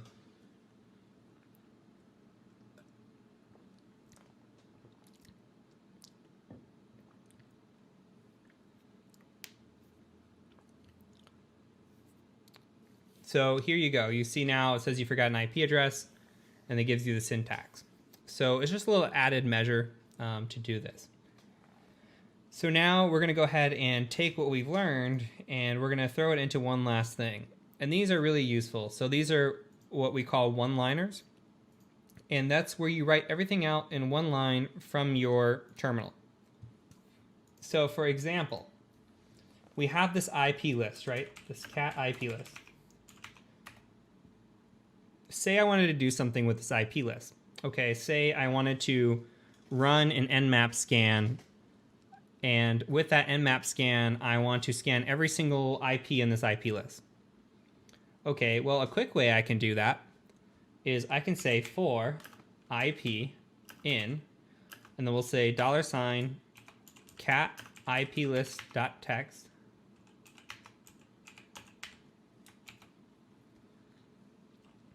And then we can say do nmap, and you guys don't need to worry about this right now. But we'll say, let's just scan for port 80 on all of these machines. $IP, and done. Okay, so it looks very familiar, right? What we're doing is very similar to what we just did in the IP sweep, but we're doing it in one line. So we're saying, okay, for IP, remember again, this is just a variable, in, and then we're gonna cat out this IP list.txt. So it's gonna go through every single one of these that we have in here. Okay, we're gonna do something for every single one of those. We're gonna say, we're gonna run mmap. We're gonna only be scanning for port 80. We're gonna run at a speed of T4, which we're gonna cover this later in scanning. If you don't know anything about nmap, don't worry. Here's where we pull in the IP address. So we declared IP here. Every single one of these are gonna be thrown into right here. And then we're gonna say, and done. Okay, and then if we hit enter, remember the ampersand here runs them all at once. If you prefer to run them one at a time, you can delete the ampersand and just say semicolon done. I like to use threading if we can, makes it a lot faster.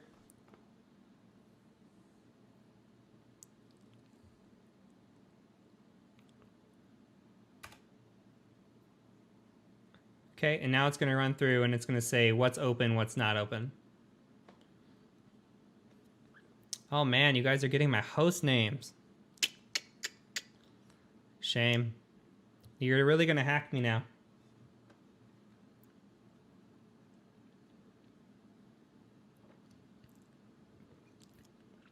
Yes, the man pages are always worth mentioning. If you don't know that I love the Punisher, you know now.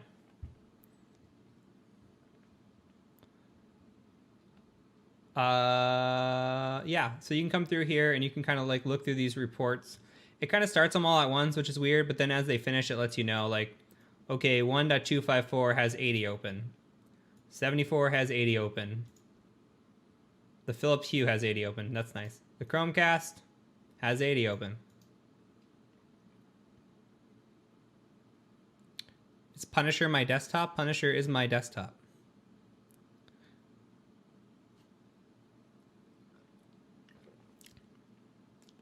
I have a pretty significant Punisher tattoo, my friends. Hey, you want to see my chest? Look at that, guys. And you didn't think I was going to get naked tonight. Snatchhammer, I think we're friends, buddy. I think we're friends.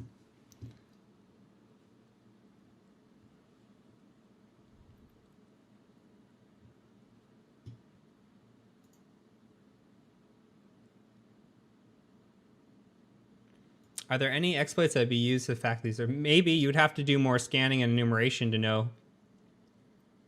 So. But that's it, guys. If you guys want to ask questions about this or anything in particular, I'm going to open it up. We actually finished 20 minutes early for AMA. So that's all I've got for you in terms of Linux for this week. And remember that this is just introductory Linux. This isn't all the Linux that you should know or will know. You're going to come across more as you go. But these are the most frequent commands that I can think of that you're going to see in your career. All right, let me just share this screen with you guys. Welcome to Zero to Hero Week 2. So a few things tonight. We're going to be doing housekeeping, maybe 10 minutes, 15 minutes.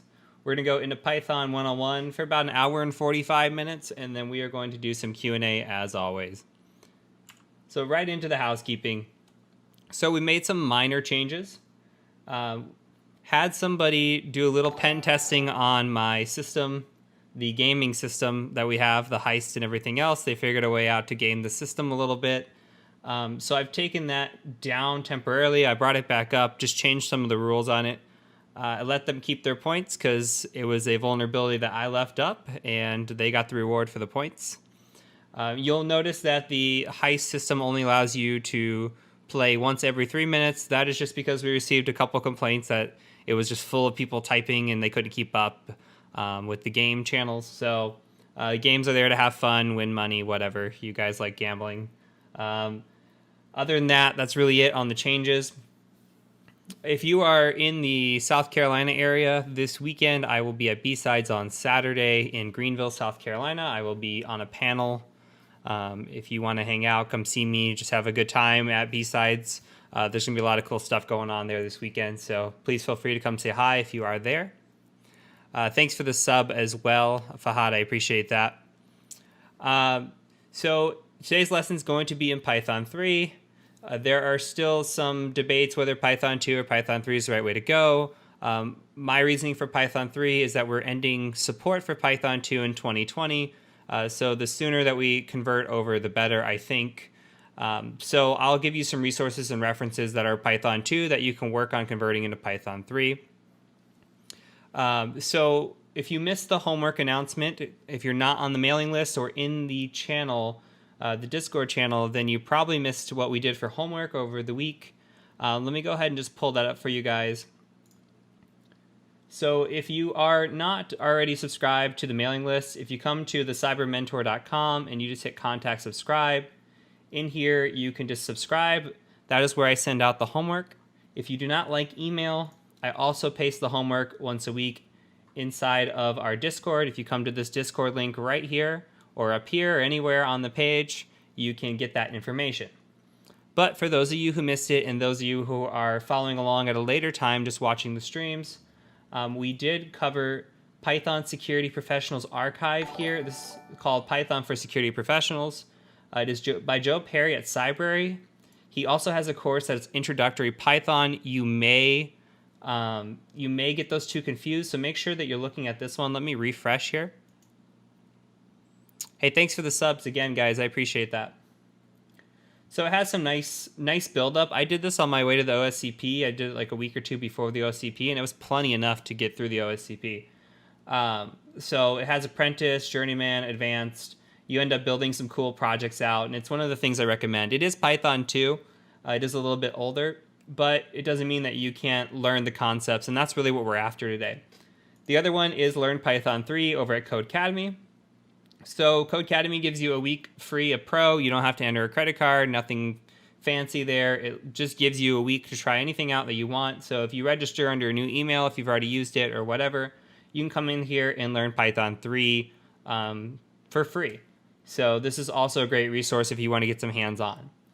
There's plenty of other ones. If we want to talk about resources that are hacking related, we've got the well-known Violent Python, we've got Black Hat Python, and we've got Gray Hat Python.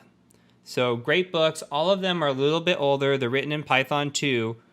So my challenge to people is to try to take some of the concepts that are in these books and try to convert them over to Python 3. Not only is that a good challenge, just for yourself, but it really gets you to understand the concepts on both a Python 2 and Python 3 level. So other than that, let's go back to our PowerPoint real quick. I do have additional material. Other than what I just gave out, I have a cheat sheet. Let me paste that into the chat. This is provided by Jeff. Jeff is one of the students, and this is great. This is hosted over at Darknet Diaries. If you don't know what Darknet Diaries is, I'd recommend checking that out too. It's a really great podcast. But this is a nice little Python cheat sheet that if you want to remember anything from tonight, has just really well laid out. This is beginner stuff. This isn't all the things you're going to need to know, but we're going to talk on that as well. So when it comes to Python 101 and what we need to know, I have about an hour and 45 minutes is kind of what we allocated tonight that I want to teach you guys. That's obviously not going to be enough to teach you everything you would ever need to know in Python. You would need weeks and weeks of that.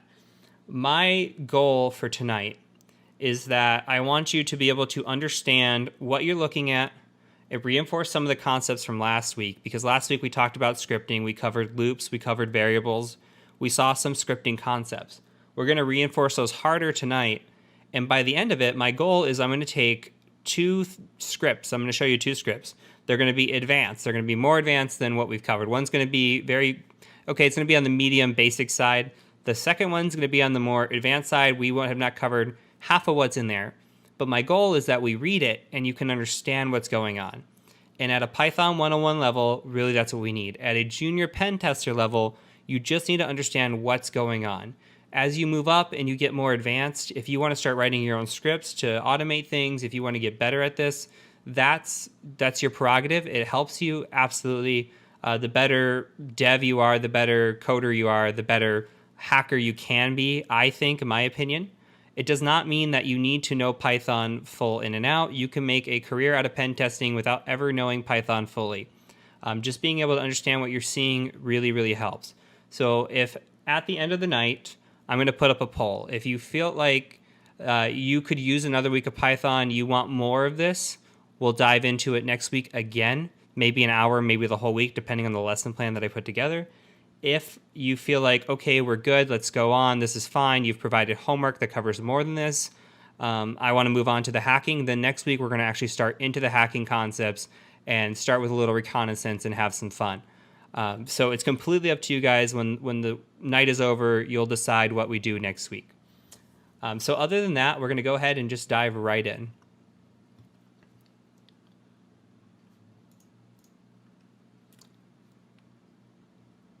So I'm going to be using Kali tonight, same as always. And what I've done is I've made a folder here, just made a directory called week 2. I just recommend that for keeping all of your information in here. What we're going to be doing tonight is making one long Python script. So it's going to be a little jumbled. We're going to make comments and stuff to really make it kind of make sense. My reasoning for this is I want you to have everything that we did in one place. And so when you want to go back and reference something, you have a notebook kind of already started. You've got concepts already there. If you want to build upon it, you're more than welcome. And we're gonna extend from there. So let's go ahead and let's get started. So if you are having issues with gedit like I was last week, if your gedit does not work when we do this, go ahead and just type in apt purge gedit and then apt install gedit. I'm going to be working in gedit today. We're not going to be working in IDE. If we cover next week, we'll cover IDEs and everything else. But for now, gedit's going to be fine. So I'm going to call this Python 101.py. Okay. And if this is too small, let me know, guys, and I'll try to increase the size on this. So what we're going to be doing is we need to first declare, like we did last week, we're going to declare with the hash bang of a bin Python 3. Remember we did that with bash? So same thing here. We're just going to be calling out Python 3. And the first thing I want to show you guys are strings. So, you know, the typical program starts, if you take a programming class, it always starts with hello world. So it's not going to really be any different here. What we're going to do is I'm going to put in a comment first. And this is just a comment when you use a hashtag like this. I'm just going to say this is how you print a string, or we're going to be printing a string. And we're going to be using the print command to go ahead and print out to our console or our terminal here. So we're just going to say print. And we're going to call this little category strings and things. Now you've noticed that I've put everything here in quotation marks. So if you see something in quotations like this, this indicates that it's a string. Now, alternatively, we can do that with single quotes. We can say hello world like this. And that'll be fine as well. And finally, we can also print something like multi-line. We can say, hello, this is a multi-line string. And we'll just put it in triple quotes like that. So let's go ahead and just save this. And what I've done, so we don't have to keep closing the editor out, I've gone ahead and opened up a new tab right here that we're going to just be firing off the script and seeing what posts to the console. So what we need to do first, remember from last week, we need to make this file executable. So whatever you called it, Python 101.py, we're going to make executable. And then I'm just going to say Python 3 Python 101.py.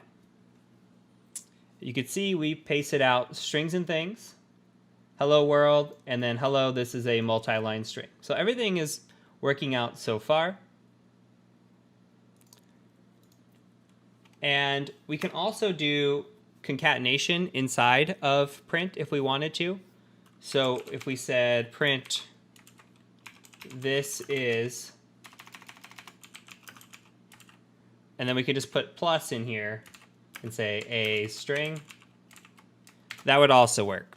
And we'll get more into concatenation a little bit later.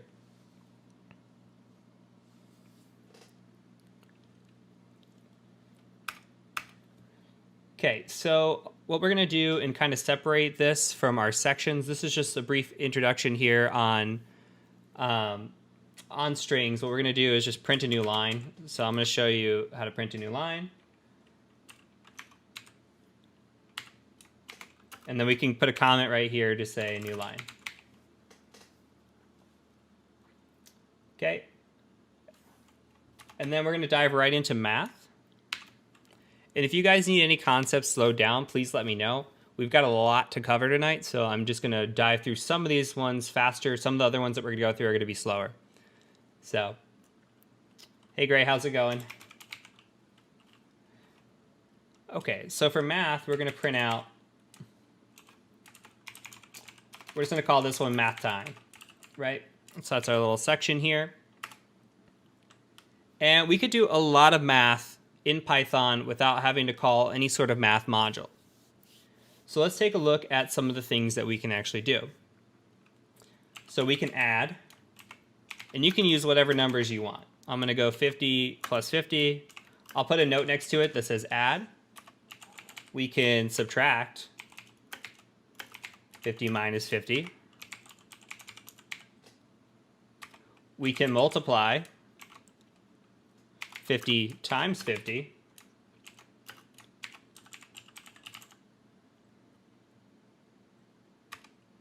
We can divide. And we'll talk a little bit about division here in a second.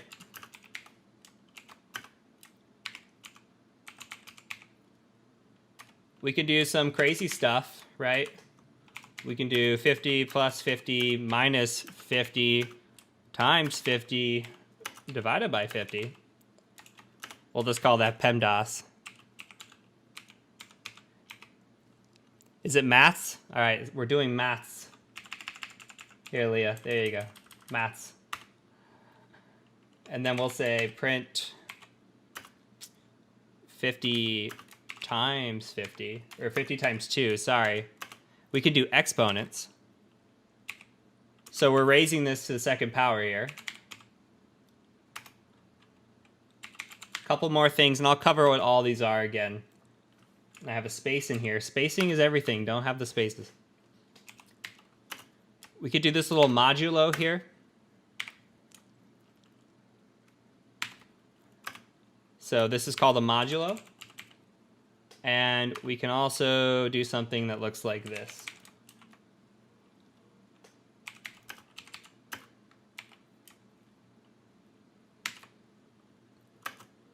We'll just call this a number without leftovers. Okay, so for a couple of these things. So this is going to multiply 50 times 50 because we're doing exponents, right? That should make sense. If you're not math background, that's fine. This modulo here, what this is going to do is it's going to take whatever is remaining. So 6 times 8 is 48, so this should return 2. Because it goes into, 6 goes into 58 times and then has 2 left over. So if for some reason we wanted to do the remainder, that's called a modulo, we'll do that. When we divide over here, 50 by 50, if it was 51 by 50, it would return 1 point whatever, right? So we'd have leftovers. We would have a non-int, we'd call that a float. But here, if we wanted a number, just a number with no leftovers after it, no digits or anything here, we would use this double division. And we can kind of take a look at what all this looks like. So let's save that. And let's just tab up and print again. And you can kind of see what this looks like. So if we don't have a decimal place here, then we can assume that the number is actually just an integer. But when we do have the decimal, that is called a float. And we're going to talk about that in just a second. Those become important when we want to declare our numbers. In Python, these are two different things, so we got to make sure that we know exactly what kind of number we want. And we'll get into that just in a little bit. So on top of strings and maths, we can do some cool other things as well. Like we can declare variables. So let's create a section here and we'll just call it variables. We'll call it methods as well because we're going to have some methods. Hey Nate, how's it going, man? I'm just going to capture this new line, copy this new line, and we're going to paste it right in here.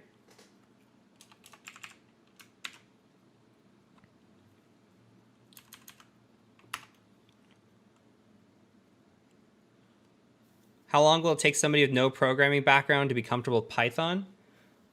To be comfortable, I mean, you'd have to, it depends on your own, I guess your own level, but it's pretty basic. It's one of the, they're moving towards Python for the introductory programming classes now, like the 101s are starting to do Python instead.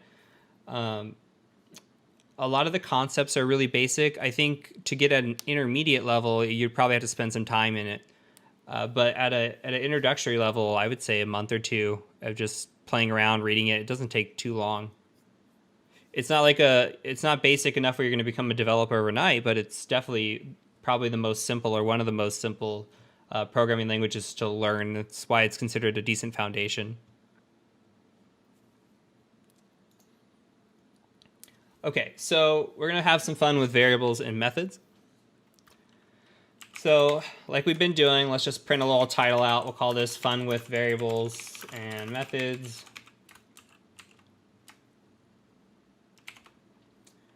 And let's declare a variable. We're just going to call it quote.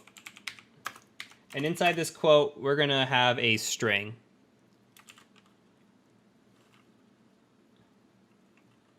So we're going to say, yes, thank you. I have some issues with I'm a caps lock person, not a shift person. So the caps lock hangover when I'm typing sometimes, and in my VM, it hangs over just a bit. So we're going to say all is fair in love and war. Don't judge me, guys. Don't judge me. I could type faster than probably most of you. I won't say all of you because I am not going to claim that. Okay, so we say print length quote here. So if we have this quote and we want to print the length of the quote here, we could do that with just print length and the variable quote put into it. And I'll just say length. You'll see what all this looks like here in a second.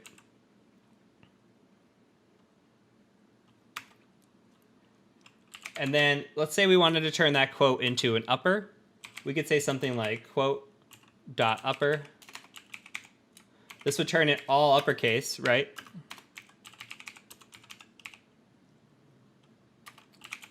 We can also do a lowercase. We could say quote dot lower. Make it lowercase. Or we can print it out in title form.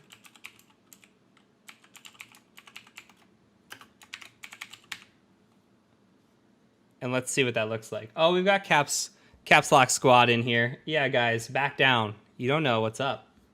We rolled deeper than you think.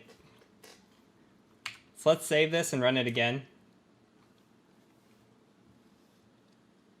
Okay, so you can see it counted here with the length. It's got 27 on this string. All is fair in love and war. You can see it put it all in caps, all in lowercase, and then it titled it here for us as well, which capitalizes every first letter. It's not perfect. It's not like the official titling system, but if you need every first letter capitalized, for some reason, you might be able to use it. I don't know when you would use title. That's a great question. I have no idea. I've never used title. But it's cool, little thing to know.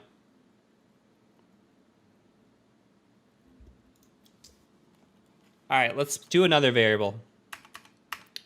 Let's set your name as a variable here. So we'll just say Heath. And then we'll say age. Okay, I'm 29. Remember, this is an integer, right? It also can look like this, int of 29. If we wanted to declare it as an integer, int of 29.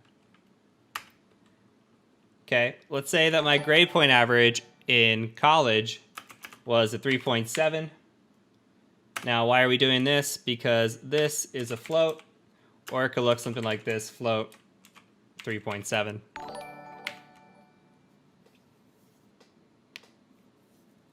Hey, thanks, Shu, for the subs, man. I appreciate that. You're awesome.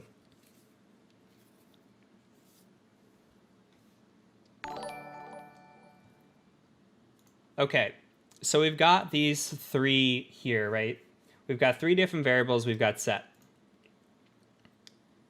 Now, we can go ahead and print some things. Let's just say, let's print the integer of my age, right? That should return 29 because that's the int. But if we print the integer of my age, say I'm 29.9 years old, right? If we print that out, what is that going to return? Let's take a look at it. Up one. It's actually going to return 29. So you think here that it would round up, but integer does not round. It just takes the first number and leaves off the rest after the decimal. So just keep that in mind going forward as well. We can say a little note next to it. Just say does not round, right? We can also call out, in a print statement, we can call out our variables. So if you want to say print, my name is, make sure to add a space, and then say plus name. And then you could say space, and I am space. Now we could say age, and say years old. Now this statement is not going to work. Does anybody know why this isn't going to work? There's something here that is not like the rest.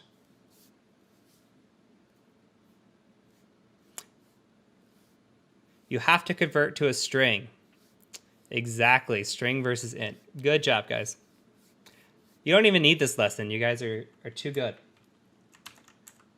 All right. So our age is sitting here, and it's an integer. We can't put an integer in a string. We're going to have to actually convert this to a string. We'll just say string. You cannot have different types. Exactly. So we can see what this looks like. My name is Heath, and I am 29 years old. Cool. So a few other things we can do. I'm going to go ahead and just add in a little new line here.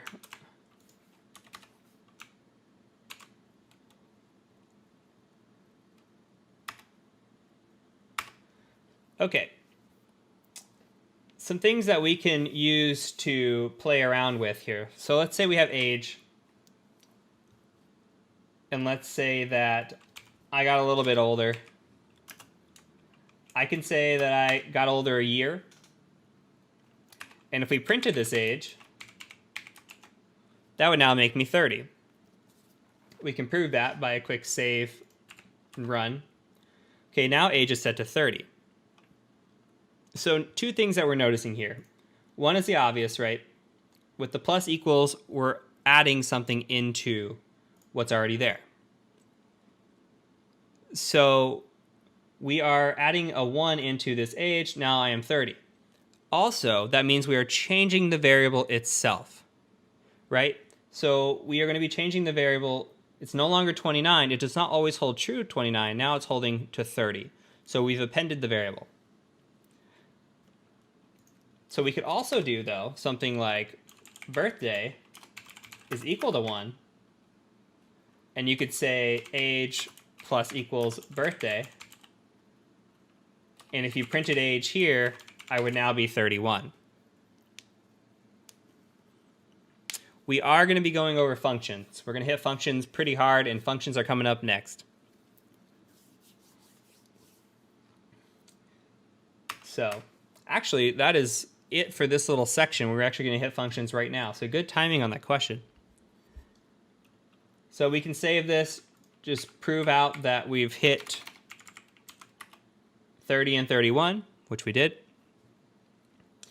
Okay, and now what we're going to do is we're going to dive into functions. So let's go ahead and just print out a new line again. We'll call this functions. We are doing an AMA after this, yes. There will always be an AMA. I need a drink, so give me 1 second, guys. I'm talking too much. Okay.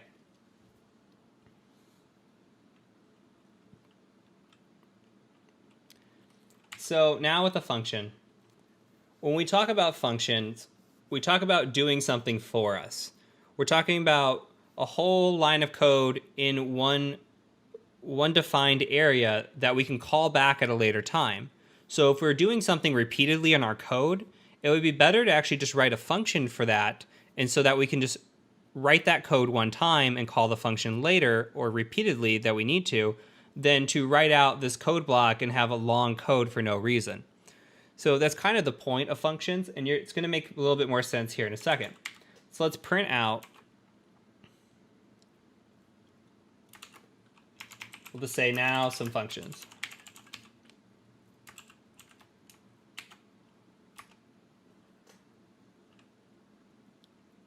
Okay, so we're going to say define, we're going to call this who am I? And now this is where everything comes into play, where it comes into spacing, syntax, tabs. This is something that's very, very particular to Python. So we're going to hit enter and we're going to hit tab. Make sure to hit tab or else your program won't work correctly. Make sure you also have the colon as well. So we're going to say name equals Heath, similar to before. Age equals 29. And then we're going to print the same thing from earlier. I'm just going to copy and paste it all into one.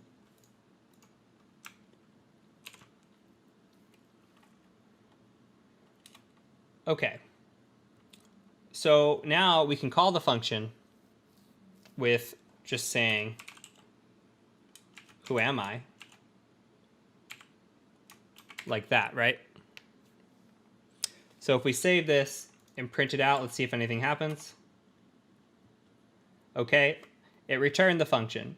So what happened is we declared a variable, we declared another variable, and then we printed something out. Then when we called this function, everything inside of it happened. So what this means is everything that lives inside this function stays inside this function, and that'll become more apparent as we go. If I were to call, if I were to set the name, okay, let's call this name1, and we'll make this same here. We don't have a name1 variable anywhere, right? So let's just say print name1. We say save, and then we try to print. There's not a name1 defined because name1 actually resides in the function itself.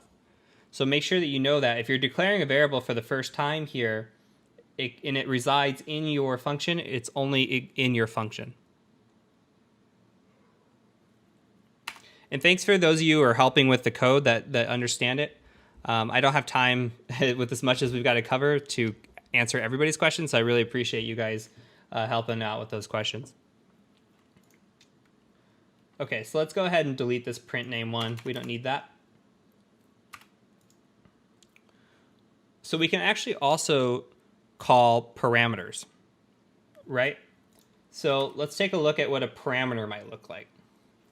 And we'll just put a little tag up here that says adding in parameters.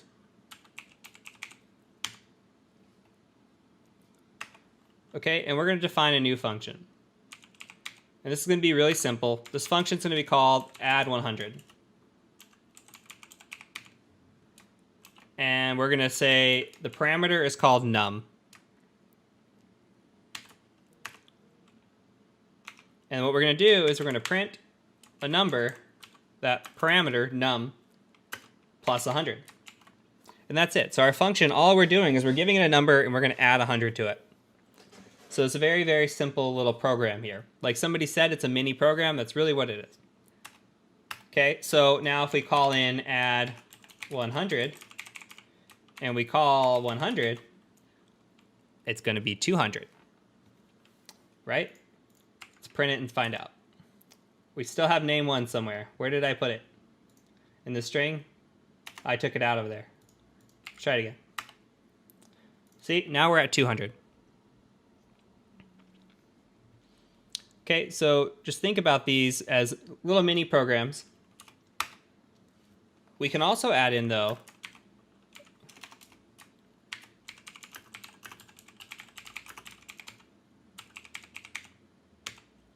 we can add in multiple parameters. So what if we define something like add x and y? And then we just wanted to print out x plus y. Okay, now we've got a little addition program, right? Not to say that Python doesn't already do it, but this is just for proof of concept. Let's add 7 plus 7, and let's add 305 plus 207. I don't know. And not with the plus sign, with a comma.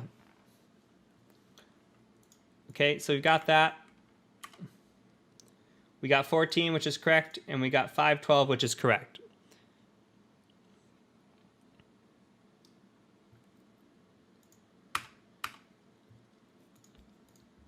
So we can also use something. This whole time now, we've been using something called print, right? But we can also do something called return, where we return the value and we store it for later.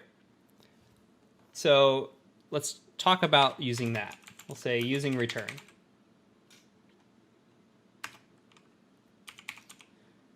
Okay, so let's say define multiply.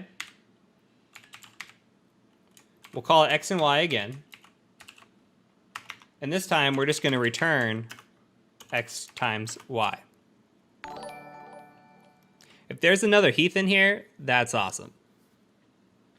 You're probably a good looking dude. Just saying. Okay, so now if we wanted to print out that information, we could say print multiply. And then we can give it 7 again if we want. Let's see if it's 49. Just take a look. Okay, and we got 49. We could also make a program called square root. Let's try that. So if we say define square root, well, let's give it one parameter of x. What if we return x to the exponent of 0.5?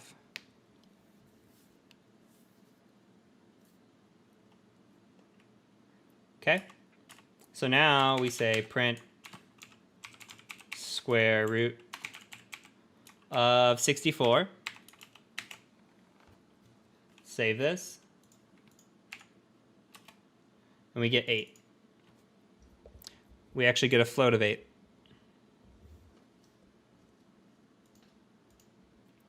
And that's it on the function side. How are you feeling about the functions? Who was it asking? Was it Dodo?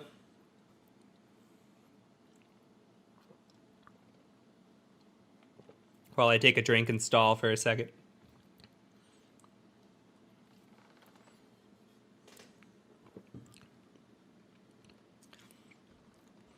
Yeah, if we do IDEs, we'll get into those next week if we do another week. But IDEs are very nice. IDEs nuts. Nice. I like it. All right. No complaints on the functions. We're going to go ahead and move on. So we're going to be talking about Boolean expressions next. So let's go ahead and add a new line here.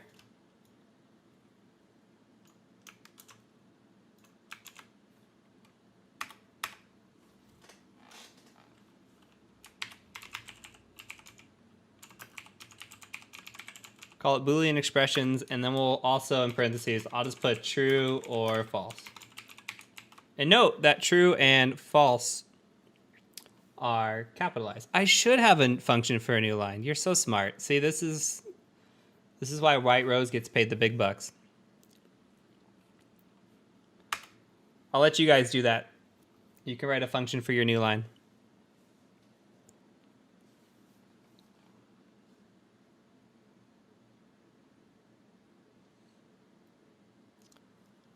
Okay, so true or false.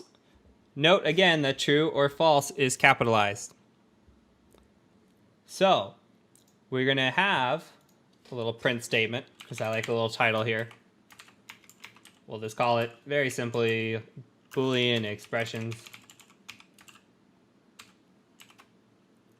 Okay, we're going to print out a bunch of bools here.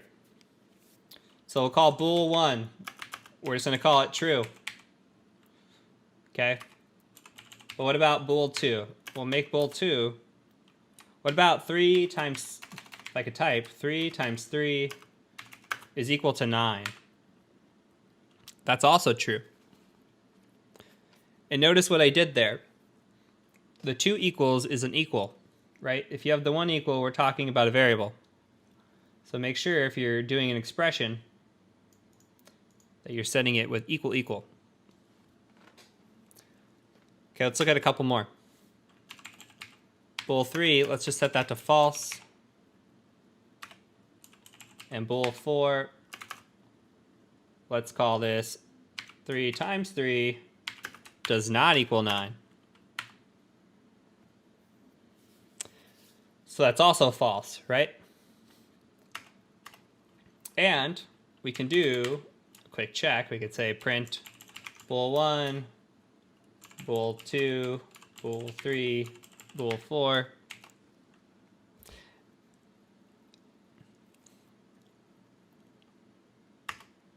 Okay.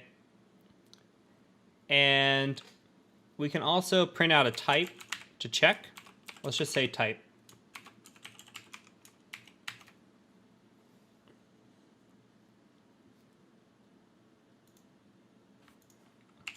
Let's hit Python 3. Okay, so as expected, true, true, false, false. So you see, even though we put in this equation here, it's not doing any math, it's checking for whether it's true or false. So it did come in as true, and this expression came in as false. And the thing I wanted to show you here was when we have this type becomes important, right? You can check what kind of type the class is. This class is a bool. But what if, put bool 5, and we said it was equal to true like this. Well, what does that become? I'm sure everybody gets this, right? Or bool 5. Becomes a string, that is correct. Class changes. It's a string.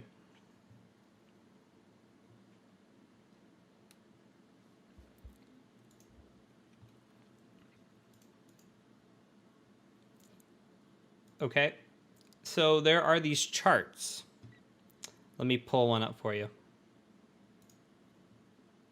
think they're called truth charts? Truth tables. Where we'll get into this in a minute when we get into our statements, right? We're going to talk about operators in just a second. And then we're going to talk about these charts. But we're going to get into these not, or, and then we have these true or false, true and false. And it'll get interesting in just 1 second. So let's dive into that. So what we're going to call these are relational and Boolean operators.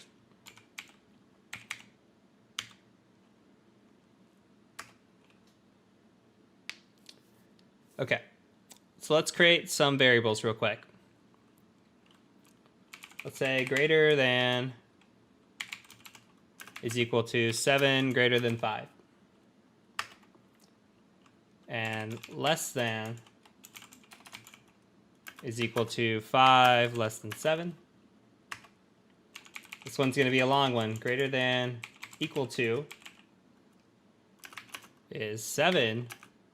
It's greater than or equal to 7.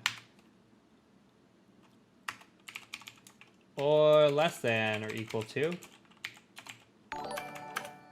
7 less than or equal to 7. Now, hey, thanks for the sub, Jake. Appreciate it. So if we print all this,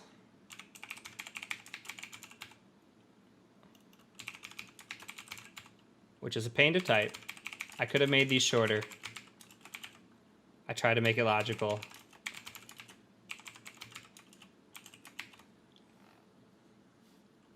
We hit save, print it. Everything is true. So I threw some new operators at you here, right? We've got greater than, less than, greater than or equal to, less than or equal to. Let's throw a couple more in there. Okay, let's call this one test and we'll make it shorter. And we'll say 7 is greater than 5 and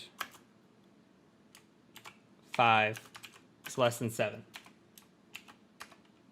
We'll cover these in a second. I'm just going to type it out. Test or 7 is greater than 5 or 5 is less than 7. Test not. We'll just say not true. Okay. So we have these statements here. We said 7 is greater than 5. Okay, that's true. And 5 is less than 7. Okay, that's true. So this would be a true statement. This would return true. Now, if we said 8 was less than 7, this would become a false statement. And that's where the truth tables come into play, right? Because for an and statement, both conditions have to be true. For it to be true, if it's true and false or false and false, then the statement becomes false. One false in this statement makes it all false. Now, if it's true or false, then we have, okay, true. We have true or true here, which is true. If we have true or false, it still remains true. If we have false or false, then it becomes false.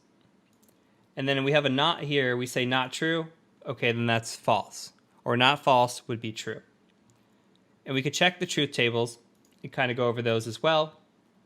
Not false is true, not true is false. You see that? True or false is true, true or true is true, false or true is true, false or false is false. And I'll send this out in the chat so you guys can see this.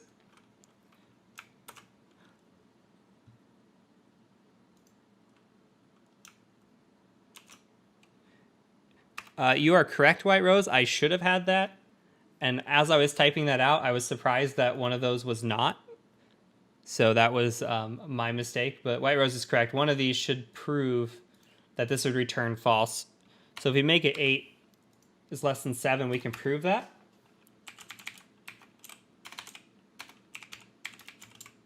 Like this. If I could type, apparently I can't type. And you see it returns false. So if we made it 6, where both conditions are true, then it becomes true.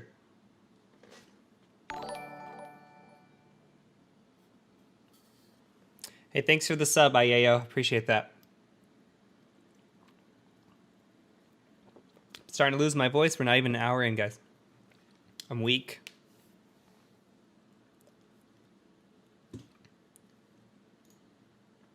Okay. I'm trying to keep my sultry voice. I'm trying to.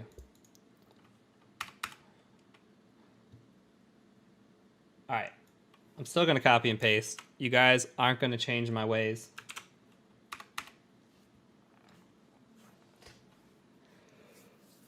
All right. Let's talk about conditional statements.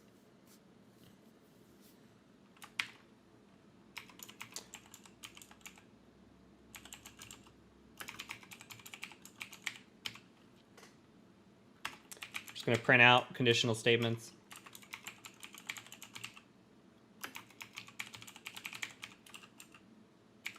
Can you guys see all right in terms of this console? I know it's probably late to ask. Is everybody able to see this on like a full screen level? Or should I try to boost this up? I don't know what the options are for that. A tidbit? I can zoom in a tidbit. If I know how to zoom in a tidbit. Somebody knows the way.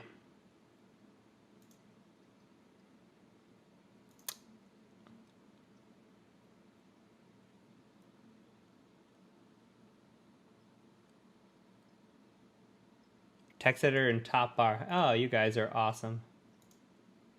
All right.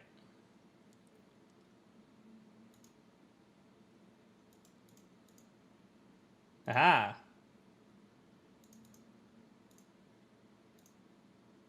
You guys are the real mentors. Look at you. Actually, I'm still going to keep this lowered. Is that better? Better one, better two? Okay. Sorry, guys. We'll note for future lessons. A tidbit better? All right. Let's do some conditional statements. We are going to do if or else, and we're going to try to buy a soda. I don't like dark. I like light. All right, so let's define a function. We're going to call it soda, and it's going to take one parameter called money. And I want to buy this soda, but I want to buy this soda if I have enough money to do it. So let's say the soda costs $2. So if I want to buy the soda and I have $2 or more, then we can return, you've got yourself a soda. And I keep doing it. Caps lock gang. If we don't have $2 or more, then we have an else statement. So if one thing is true, we're going to return one thing. Else, we're going to return something else. It's a pop if you're from like Ohio, Michigan, maybe Kentucky. What are the chances those people are here right now? Here we're just going to return no soda for you.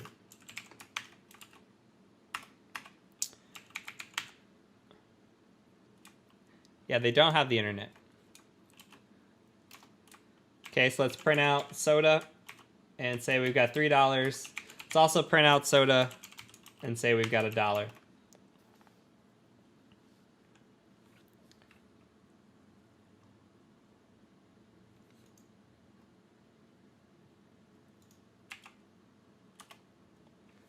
Okay, you see with $3, we've got ourselves a soda. If not, we do not have a soda.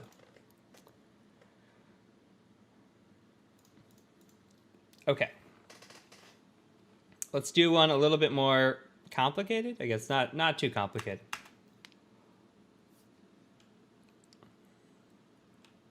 So let's define one for alcohol. Well, we need money, but we also need to be of age. Right? So if our age is greater than or equal to 21, this is in the States, people. And let's say the drink costs $5.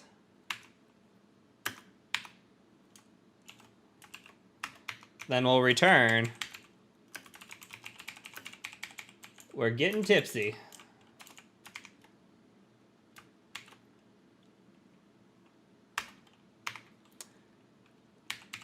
If that's not true, we can do something called an else if we have another statement. What are some things we need to think about? What if our age is greater than 21, but we're broke?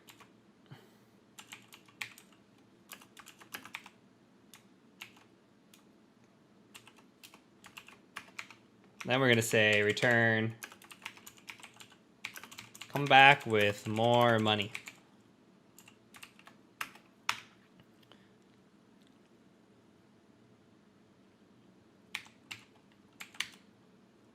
Okay, what if we have the money, but we're not 21?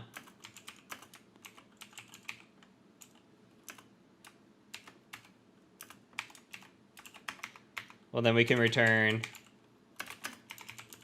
nice try, kid, right? Lastly, if we don't have the money and we're not of age,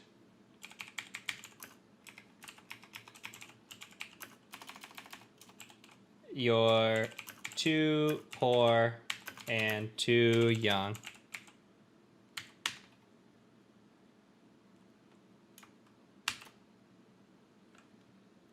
I think you would only want to print if you want to print to your screen. We're returning here because we're just returning the function, or returning the, I guess, the string, if that makes sense, for what we're doing, but we don't have to print it out right now. But if you want to print out the results, then that's when you would use print, if that makes sense.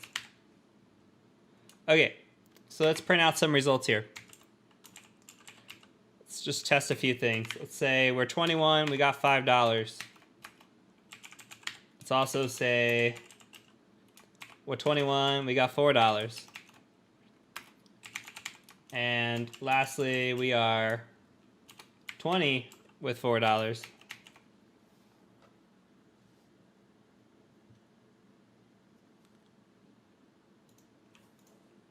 Okay, save it and print.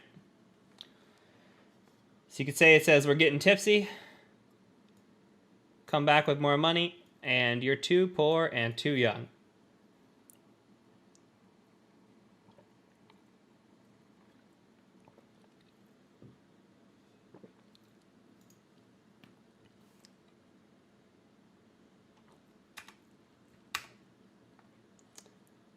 Okay, that is it for conditional statements. Any questions on conditional statements?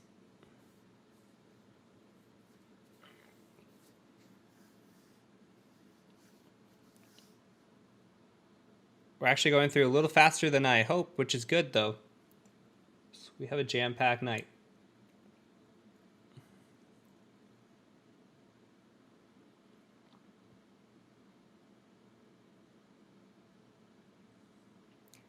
No questions? Good. Okay, let me go copy and paste my new line, my copy pasta. Okay, next we're going to be talking about lists. After lists, we're going to run into tuples really quick, and then we're going to talk about looping. So let's go ahead and say lists.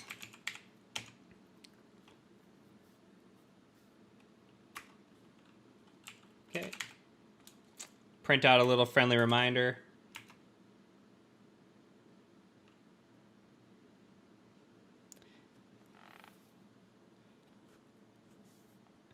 You need both? I can do that. There you go.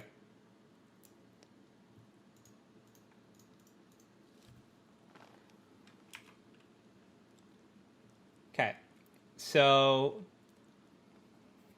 we're going to print out lists have brackets.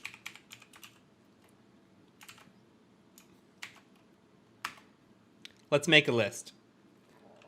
I'm going to make a list of some of the movies that I like.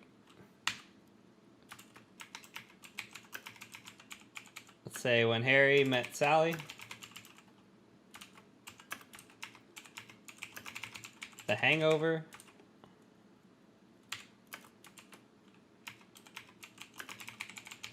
The Perks of Being a Wallflower, The Notebook.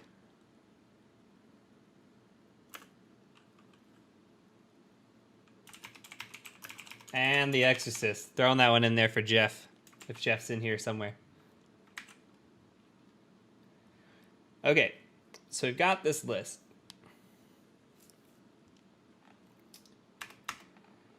And we could do lots of different things with this list. For example, let's say we wanted to return the first item in the list. What do you think? Would this do it? Let's print it out and see what happens here. We have printed The Hangover. That is the second movie in our list. Okay, so when we're dealing with lists and dictionaries and whatever else, we're going to be running from 0 on. So 1 is actually number 2, if that makes sense. So if we want to print the first movie in the list, we actually have to call out a 0, hit save on that, and then you can see now the first movie that prints is When Harry Met Sally. So remember that numbering starts at 0.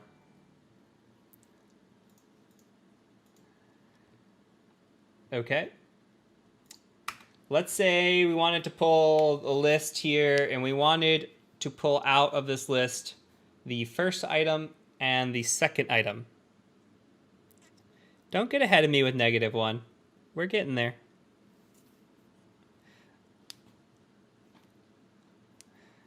Okay, let's say if we want to get the first item and the second item. So print movies, do something like this, 1 to 3. Now this is weird too, right? Okay, we did get the first item, sorry. I said first item and second item. I meant second and third, but I'll switch it because that's the right thing to do. Okay, so we pulled out When Harry Met Sally and The Hangover, but we called 0, 1, and 2. Well, this is a special case as well, right? We actually, when we want to call a list like this, we have to call out the next number as the ending number. So we call the starting number we want and then one more than we actually want. So if we wanted the Perks of Being a Wallflower in there as well, okay, we'll save 03, print Python 101, and now you see that we have 3 movies in there. So it's a little funky.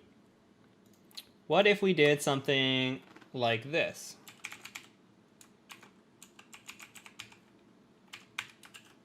And this is called slicing.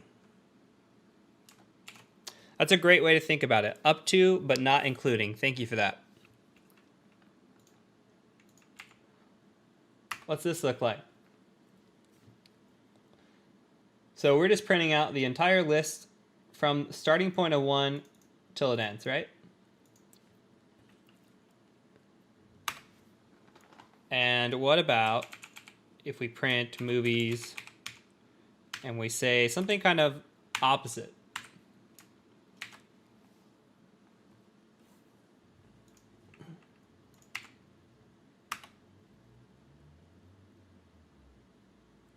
Okay, we just pull out When Harry Met Sally because we slice and we stop at 1. So we're only pulling out the first movie there.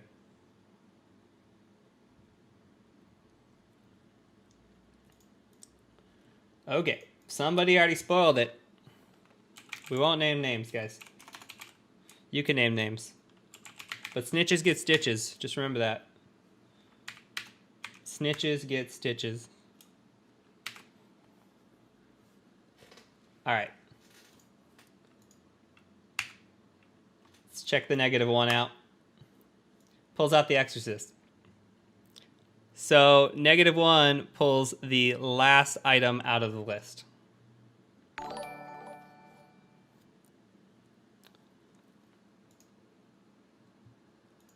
Okay. And lastly, we can also print the length of this and see how many movies are in this list here. Got 4 movies in list. 1, 2, 3, 4. Yeah, that's correct. Okay, on to some other tricks. Let's say we want to add a movie to this list. Say we want to add in Jaws. We'll just type movies.append Jaws. Now, if we say print movies, where do we think Jaws is going to be at? Beginning, middle, end, random. Yeah, -1. Right, the end. Jaws is now in at the end. Okay, what if we wanted to remove Jaws? Could do this cool little trick called pop. If you don't give any number to pop, pop just removes the last item in the list. So if we pop this list here, and we say print movies,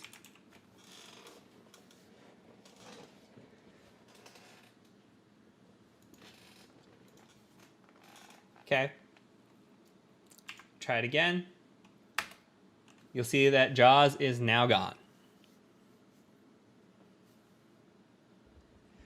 Okay, we've got a food theme going, White Rose.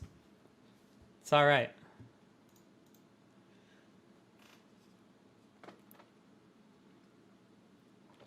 All right, let's say we wanted to remove a specific item. Let's get rid of, we'll get rid of The Hangover. Let's say it was The Hangover 3 and we didn't like it.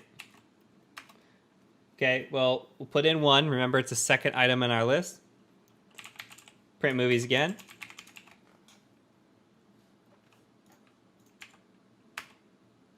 You can see The Hangover is now gone. Okay. We can also pair these lists together. Let's take a look at that. I'm going to copy, paste this whole thing again. Just keep the same list.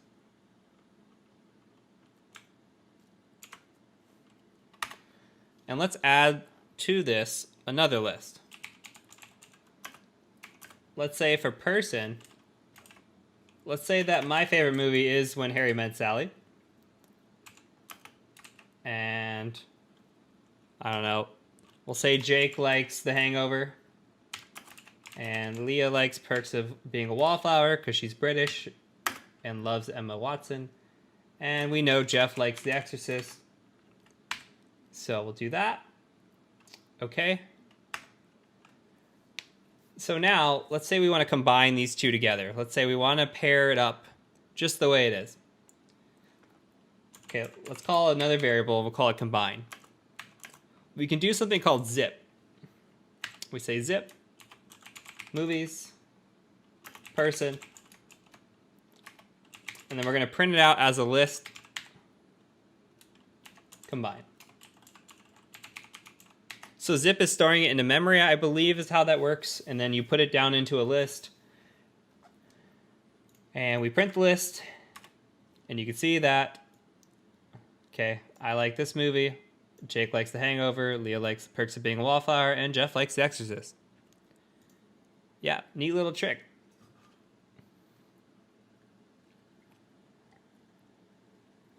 It's listception. It is a list in a list. Yeah, exactly.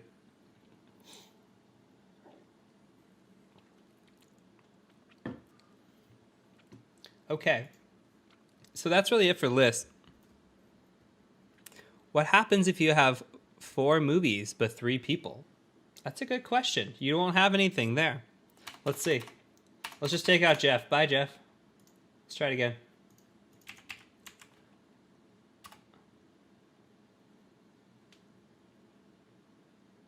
Ah, look. It's just gone. There is no Exorcist tied to Jeff. There's no Exorcist at all.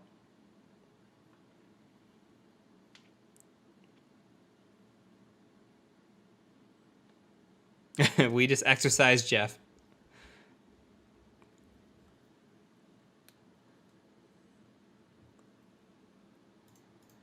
I'll add Jeff back. There's been requests for Jeff to come back.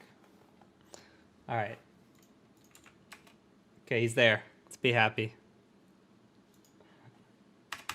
Okay, somebody just mentioned tuples. We're going to talk about tuples really quick. Very quick.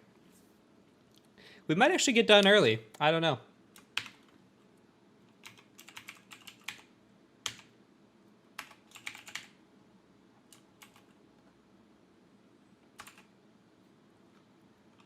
Okay, tuples have parentheses and cannot change. So think of a tuple as a list that cannot be modified. So what's good for that? Let's say like grades. If we know grades are always A, B, C, D, and F,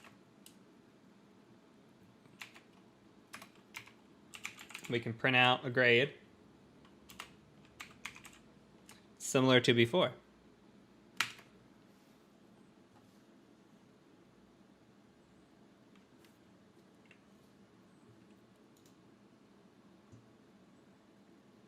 What are you going on about, Scott? It's too smart for me.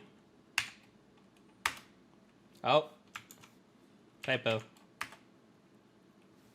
Okay, tuples have parentheses and cannot change. I did not print the whole tuple because I just printed a 1 out. Maybe. Save. Try it again. All right, we printed B. But we couldn't sit here and pop the tuple. We couldn't append the tuple. The tuple is static. It's a good way to think about it. So there are also dictionaries, which I don't think we're getting to dictionaries tonight. If we do it next week, we'll cover dictionaries. We'll cover classes.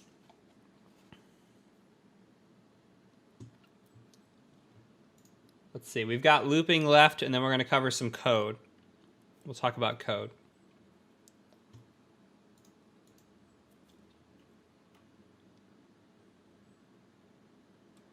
Remind you on the AMA.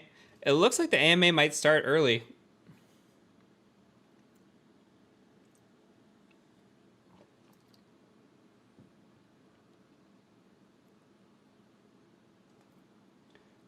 Okay, so we're going to be going into looping.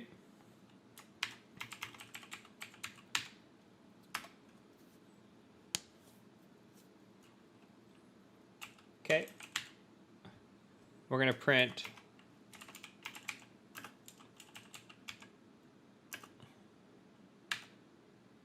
for loops, start to finish of iterate. It's a good way to think about them. So remember that we were doing for loops last week, right?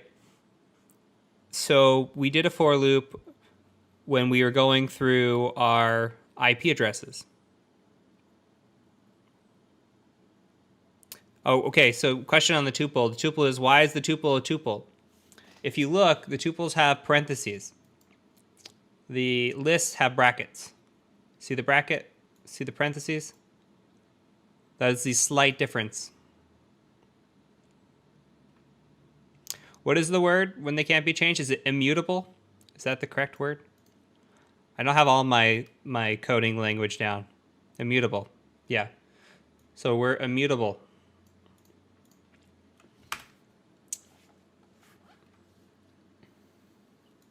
Okay.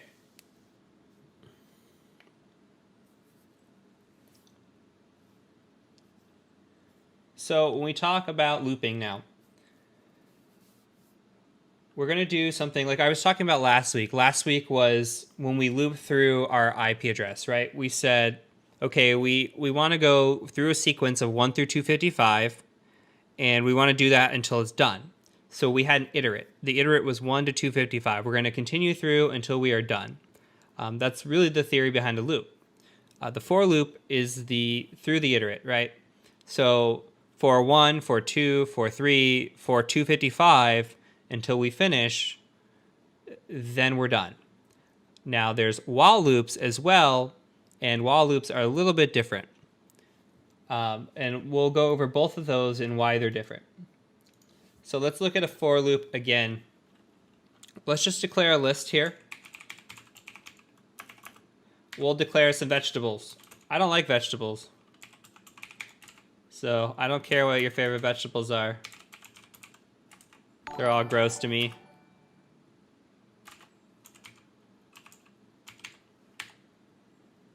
How can I not like vegetables? Pizza is a vegetable. Thank you. I plead the fifth on the vegetables. All right. We've got vegetables defined. We could do a quick little loop that says for x in vegetables, print x. All this is doing is for x, which x's can be whatever you want to call this. You can call it veggies or whatever. For veggies and vegetables, you print x. All we're going to do is iterate through this list until we're done, and then we're going to stop iterating. A happy little loop. Yeah, we're like Bob Ross here. We have a happy little loop. So remember last week, same thing. We were for 1 through 255. As soon as we hit 255, we were done. This is the same concept. So let's go ahead and save this.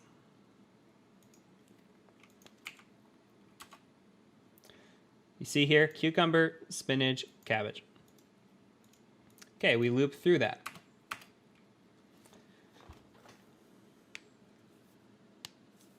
I like hitting the button. It gives me purpose, Leah. All right, let's talk about while loops.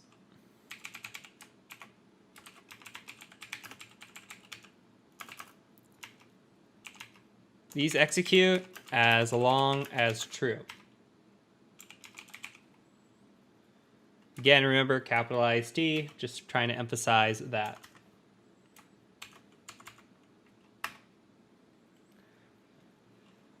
Okay, a common way you're going to see these.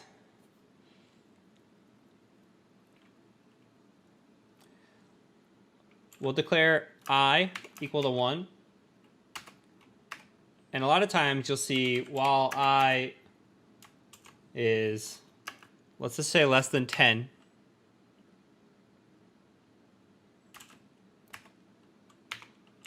We'll print I. And on top of that, we're going to say I is plus equal to 1.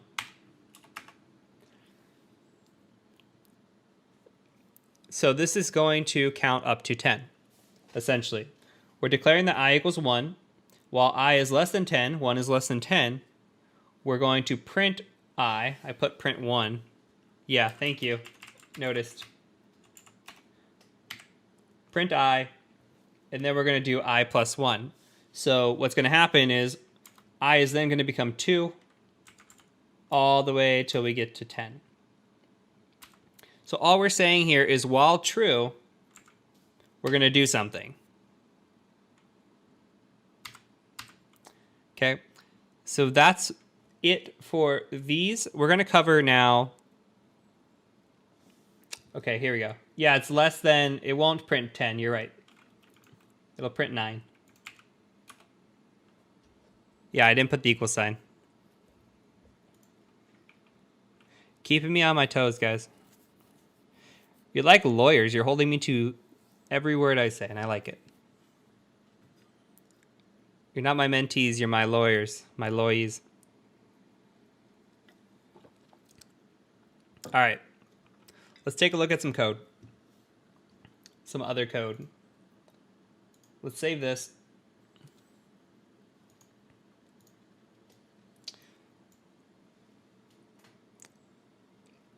So my goal for you is that I want you to be able to read what we're about to see. You don't have to understand fully what's going on. You just need to be able to read what you're seeing in a sense and get an idea for what the application is doing. There's going to be a lot of things in here that we didn't cover, and that's fine. The goal is to be able to understand exactly what you're seeing. So I've got 2 things in here for us.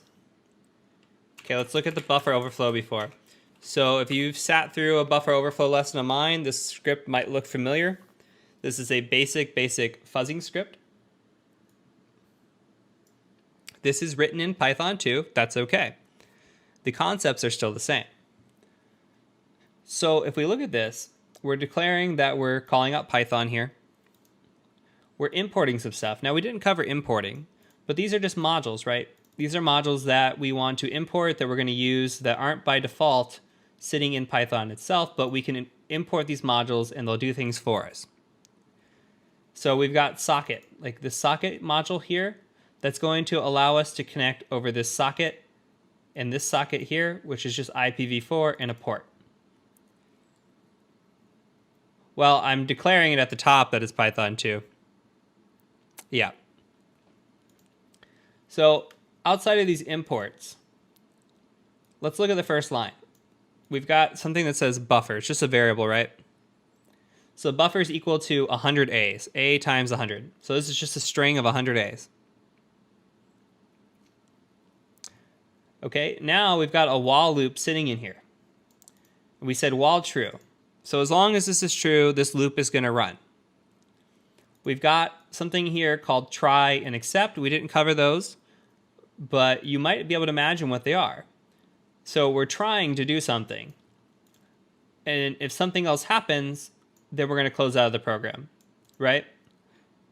So you can kind of understand already what's going on. So we're actually sending a connection to this IP and this port. We're sending over a message plus that buffer variable here. So we're sending this message plus 100 A's. We're going to close out of that connection. We're going to sleep for a second. And then we're going to append buffer with another 100 A's. So it's going to become 200 A's. And it's going to try this again.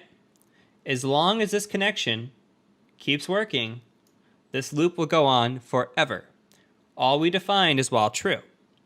Now, if we break this program, which is what fuzzing is anticipating to do, then, okay, we're going to say, hey, we crashed it. We'll print out where we crashed it, where buffer was sitting in terms of bytes, and then we'll say, okay, sys.exit, close out, and then we'll be done with this loop. I did miss the colon. Good job. I typed that up today, so thank you. We're not running it, so.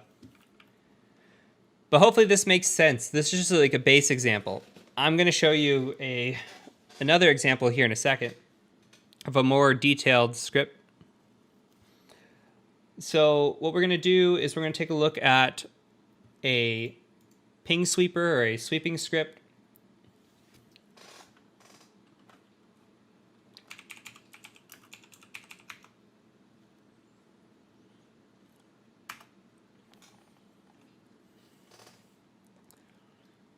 Okay, this one's a little longer, and I wanted this one to be more intimidating, just a little bit more intimidating.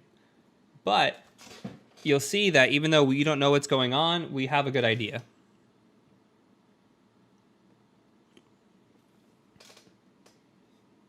What are we confused about? I don't want to go ahead without us being clear.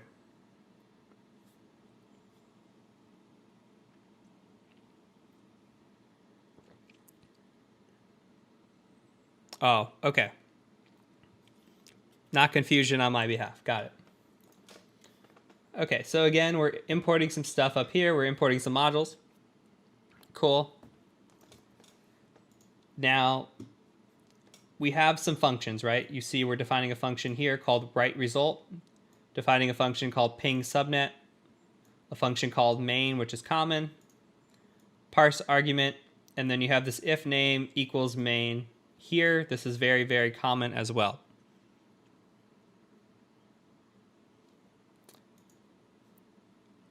So what we're looking at, we see that some things have been imported. You don't have to know what these are. Date time is kind of obvious. Subprocess, I believe, is for files. Argparse, that's for arguments. So like if you have a switch, like when you type in -- help, that's for arguments. And you'll kind of figure that out here in a second. So let's look at the first function and just see what it's doing. So you see it's defining writeResult with file name and ping. So it looks to me as if this is writing out a file. So it's declaring as f.write. Okay, start time. It's giving a date time now. For result in ping, it's going to write to this file the result. And then it's going to write the end time. So you don't have to know how to code this. You just have to be able to know how to read this. Okay, let's look at ping subnet. For address in range 1 through 255, that looks familiar, right? We're going to yield the subprocess with poppin. All poppin does is start a process.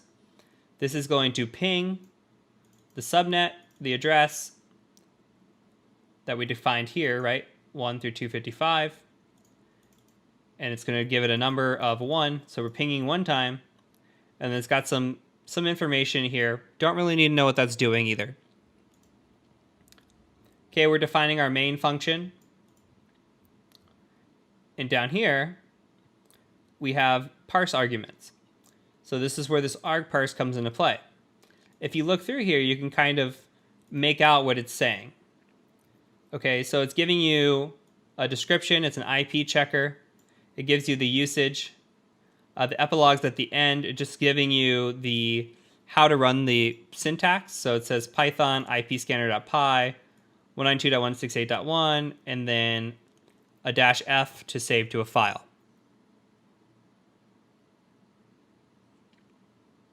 What if the subnet's not /24? Then this script won't work for you. This is a very basic script. You're probably not writing your own ping sweeper anyway. You could write it a lot faster in Bash. This is just a good practice one.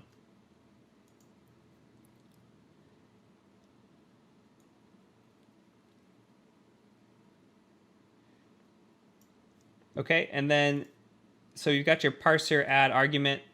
So it's got a subnet argument. It's got this -f or --file name argument for the file name. And then you've got these statements in here where if you don't have your subnet, is what it looks like, or it's not in the range of 1 through 255, then it's going to say you're not in a valid subnet. So it's looking that these have 3 numbers, right? Or 1 to 3 numbers, I should say, and that the numbers are between 1 and 255. It'll say, okay, this is not a valid subnet if you don't have it correct. And then there are no white spaces that could be in the file name. Other than that, it's going to return the argument subnet, argument file name. And then this is just a safety measure here. So that's really it. You don't need to know exactly as a junior level pen tester how to write this. You need to be able to look at code like this and say, okay, I can kind of read it and understand what's going on.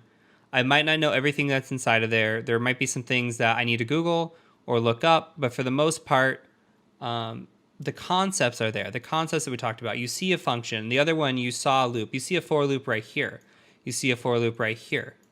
You're understanding what these things are. You see a conditional statement here with the if, right? You see or, you see not. So these things are commonplace. And my goal tonight was to teach you the commonplace. My goal wasn't to make you some super coder or make you, I don't know, well-versed, but just enough to be able to get by. If you put in the time over the week, or if you want to put in time later, with the course I sent out on Codecademy and the one from Cybrary, those are fantastic. Like I said at the beginning of the stream, if you weren't here, I only used the Cybrary course prep for my OSCP. I didn't use anything else. That was all I needed. Got through my OSCP, no problem. A lot of the OSCP is just finding code like this and swapping out what you need and being able to read and understand what you're doing. Sometimes you'll run into code on ExploitDB that is broken. You'll have to put that through an IDE or understand where sometimes I've seen spaces wrong for Python code, and I've just had issues with code before off of ExploitDB. So you just have to kind of understand what you're looking at, that spacing is important, what some of these functions are and these tools are. So that's really it. I actually finished a little bit earlier. I'll put up my poll if you guys want to do another round of Python next week. We absolutely can do Python again next week. If not, we're going to dive right into pen testing. We're going to start with the procedure, the methodology. All right, so we got a pretty chill night tonight. I don't think we're going to be working too hard. I'm going to go ahead and get our screen share here.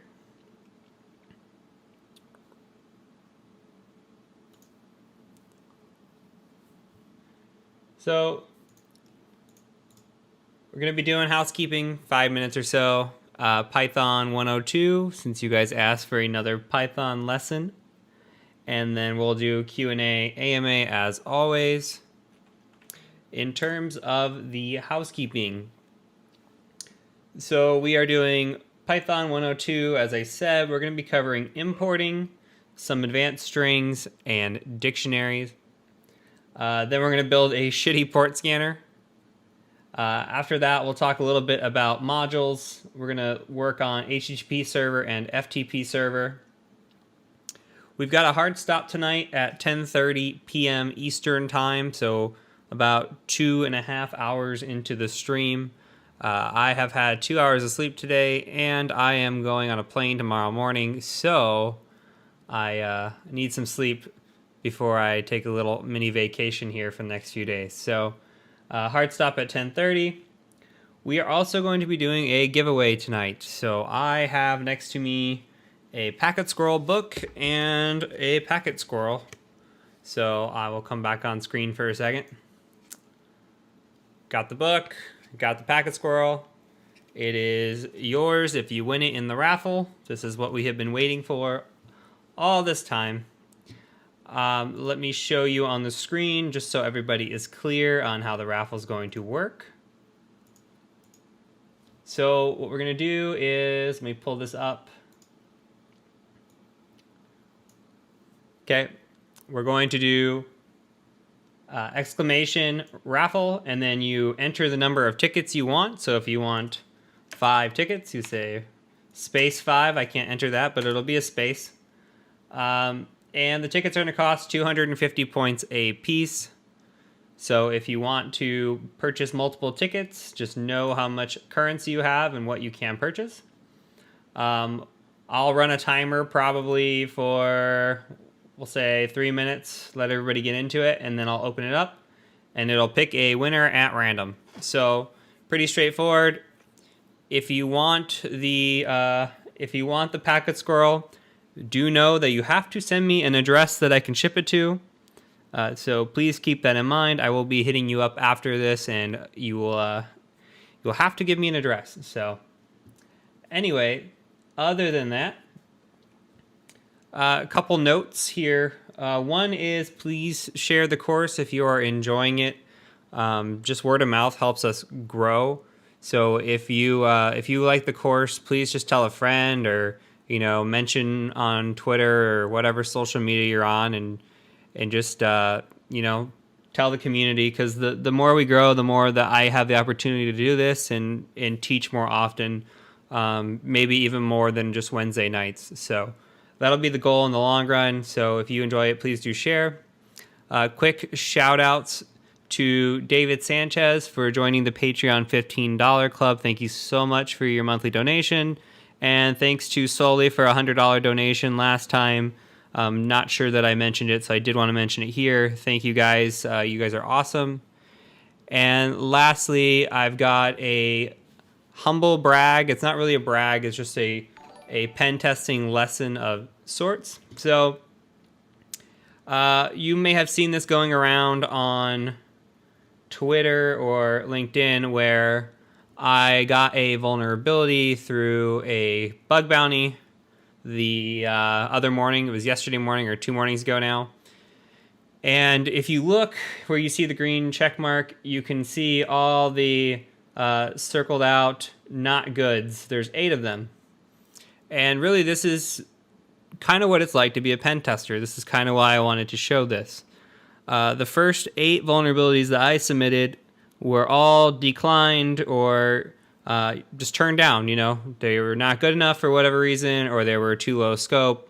Whatever the reason was, they got declined. So on the 9th attempt, I finally succeeded. And that's kind of what pen testing is like. This is what, if you enjoy overcoming an obstacle, persevering, you're going to really enjoy pen testing. So it's definitely for people, you know, they say try harder. I hate saying that. But it really is that mentality, is that you have to keep going. If you're going to stop at the first rejection or the 7th or 8th rejection, this might not be the field for you. So something to think about. If you are a person who is easily overwhelmed, this might not be the field for you. For those of you that, you know, look, I started my first submission 11 days before I got the other one, and I submitted, you know, for at least a week, and then hunted that bug down for a week before I found it. So just think about that in terms of doing a penetration test and looking for openings. They're not always going to be wide open. So other than that, we are ready to dive right in today. Thank you, Cool Dad, for the sub. I appreciate that. Welcome everybody who's joined. Looks like we're getting some latecomers here. Sorry, I did start the stream a little on time. Usually I start it early so everybody can get in here. Made that mistake. Apologize. I was working on getting categories set up, which got deleted for some reason. So I've gone ahead and just opened 2 tabs here. I've made a folder called Week 3. And we're going to do just a little bit of more advanced Python, not really super advanced Python, and then we're going to work on building our shitty port scanner. So once we do that, we'll do our giveaway Q&A, and we should be good to go. Okay, let me get my notes up really quick here. All right, so we're going to open gedit. And we're just going to call this, well, this is Python 102. We'll just call this 102.py. And I know you guys like this kind of side by side like this, so let me do that for you. Okay, and let's declare at the top that this is going to be Python 3. And the first thing we're going to be talking about is importing. Specifically importing modules. Like last time, I just want to print something here. So importing is important. That is a shitty pun, by the way. Okay, so what we're going to do is I'm going to show you a couple of basic modules that we import. Typically when we import at the top. So if we are going to import something, we would probably put it up here, but for the proof of concept, just keeping our notes organized, I'm just going to put it down below. You'll see what importing looks like later when we actually build out our port scanner. Okay, so let's import sys. So we can import sys, and we can just say this is system functions and parameters. So if you think about like a system argument, which we'll see here when we build out our script, when we take an argument from a script, sys is needed for that.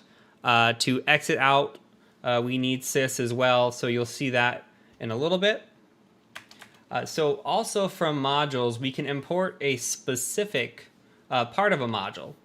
So we can say from this module, so from date time, we'll just import date time.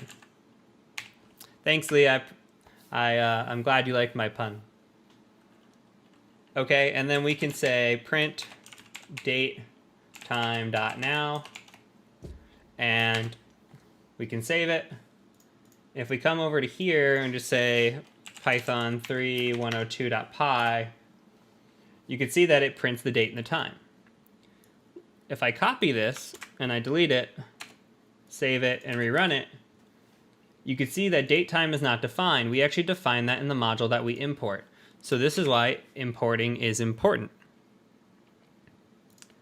Okay, and also we can do an alias with this. So let's say we wanted to import date time. I'll just show you again. And then we'll import it as something else. We could say as DT. Say we don't want to call it date time, we just want to call it as DT. We can call this importing with an alias. And instead, we can just say print dt.now, and we'll get the same results. So there you go.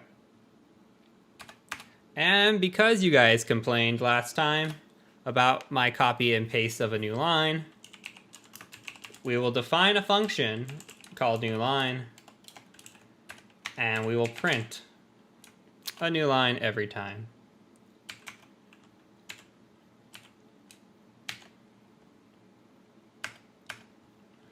So now we'll call new line, let that print, and we're going to move into advanced strings.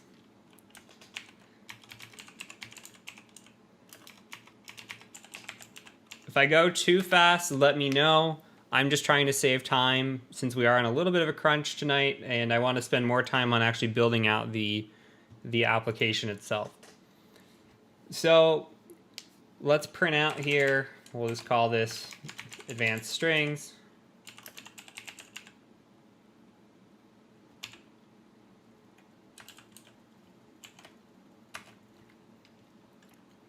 And let's create a string with your name. So my name is Heath.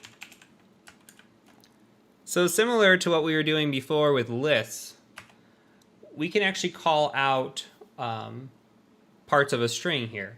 So remember last week, if I said to you, I want to grab the first initial of my name, how would we grab the first initial of this name?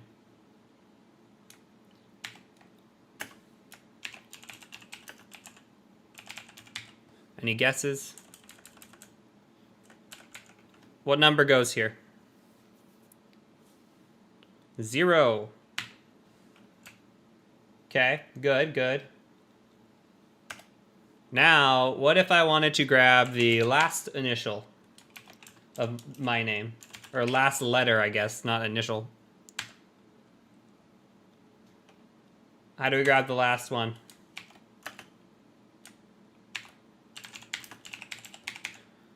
We could use length. We could use 4. Ah, look at you guys. -1. Let's check it and make sure. Yep, H, and then you see the little h here. So remember, -1 takes the last letter or last object. So remember, we start at 0, we go all the way through, and then we can have -1. Let's try this again, but let's try it with a sentence. So let's say sentence. We'll just say this is a sentence. Okay, now I want to print the sentence. And what do I put in here if I want to select the first word? I want to capture this.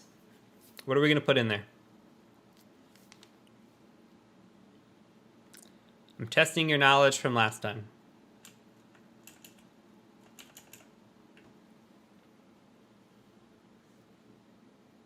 Leah says it's 0 to 3.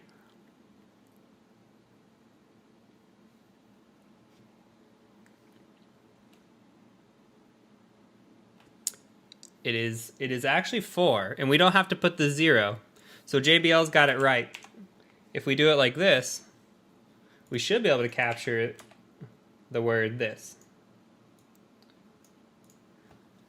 Okay, so similarly, what if I wanted to capture the word sentence? Now there's a couple ways we can do this. I'm looking for some negatives. That's my hint. We're keeping it simple. Very, very simple.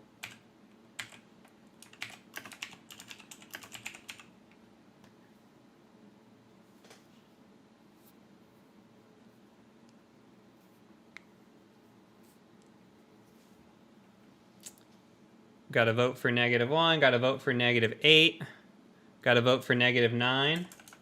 Okay, -9 is the correct answer.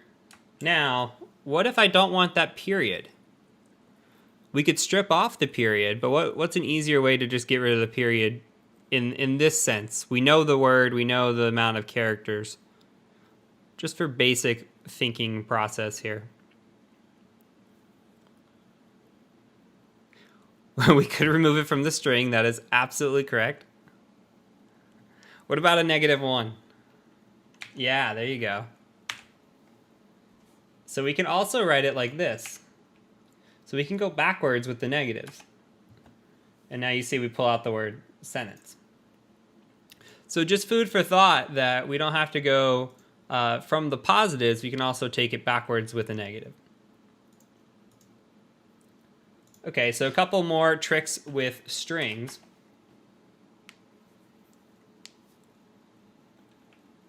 Do you want to see what -0 looks like? We can check what -0 looks like.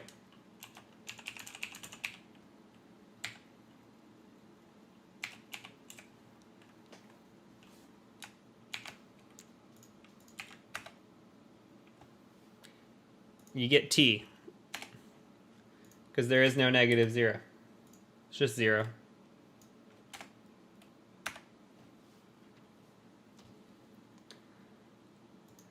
All right, let's talk about using split. So let's say that we wanted to split sentence into every word that there is in sentence. So there's 4 words, right? Well, we can just say print sentence dot split and automatically split the sentence by a delimiter, which is going to be a space, right? So we've got the space by default, so it'll say this is a sentence.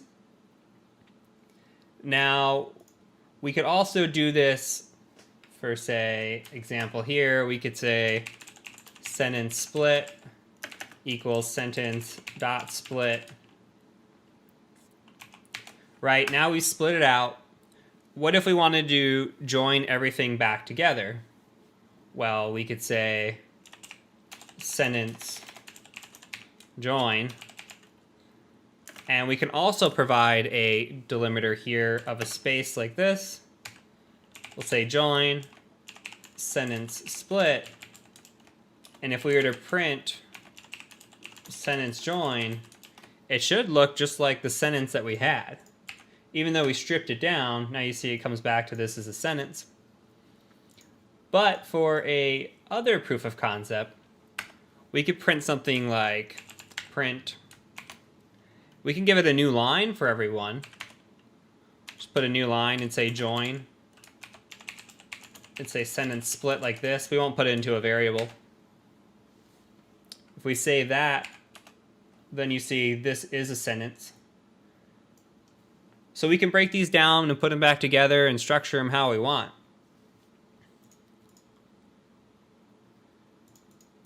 Okay, so something that I didn't show you guys last week is escaping. So let's talk about quotes inside of quotes. We'll call this quoteception, because I like that. So we could say, I said, give me all the money. I like money. And then we just print quoteception, right? And how is it going to come out? Comes out all right. What if we did quoteception now, and we said, I said, give me all the money. You can see this is kind of an IDE. It's not a real IDE that we're using, but it's giving us a hint here that something's off, right? We're seeing that it's not all pink like it should be. It's actually taking this, and if you see here, we've actually ended our string and begun a new string, and everything in the middle is just kind of wonky. It is definitely invalid syntax. So how can we make this valid? Well, we can do this. Triple quote that shit? We could triple quote that shit. Could also do this, right? Put some escaping in there. Except I didn't print it, so you wouldn't know if I was correct or not. I could be lying to you. And there you go. I said, give me all the money. So that was something I probably should have shown you in more of basic strings, but it fell into advanced strings. You don't know that, Jeff. I might lie.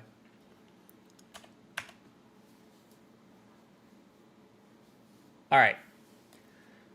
So now let's talk about a couple more things, and then we're going to dive into dictionaries. You don't have any money? I don't know about you, man.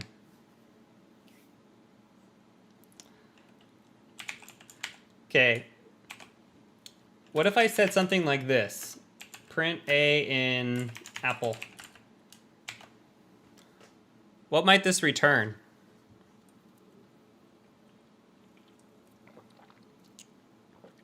What does this turn into?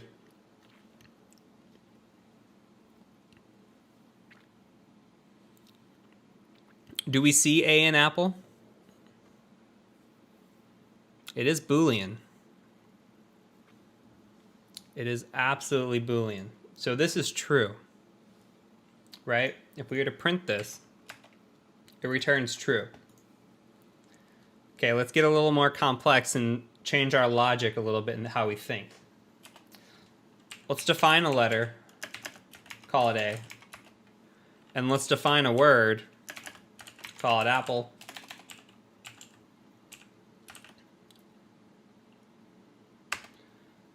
Now, let's do a couple things. Let's say print letter in Word. Okay, so that should still return true, right? But what about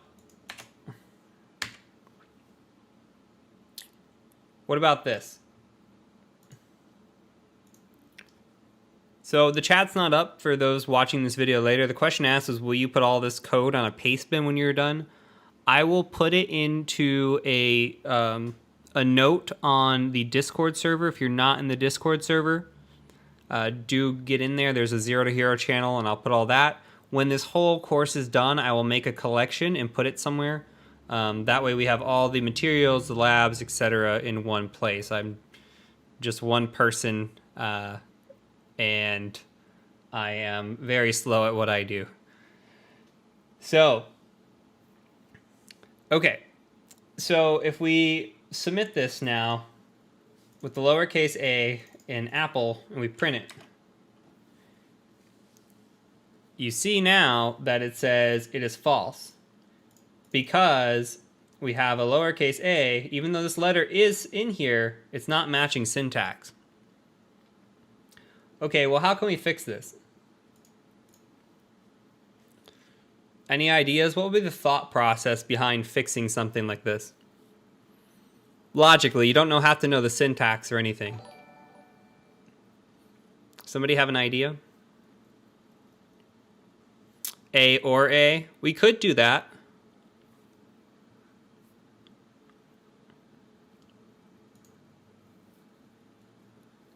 Upper would work, or lower would work. Very good. So what we're going to do is we're going to say letter dot lower like this. You could also use dot upper in word dot lower. And let's try it now. And now it returns back to true. So it is case insensitive. Correct. Everybody is correct. We'll just call this improved. Case insensitive.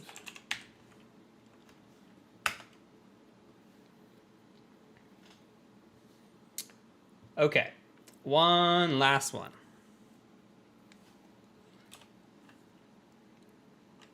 So this is just a demonstration of something we saw last time. We saw the use of not, but we didn't use it. We didn't use it a lot, right? So I want to show you just a quick printout. You can copy along real quick. Let me type this up. Basically, I want to say, okay, is letter in word dot lower. and also not letter dot lower in word 2 dot lower.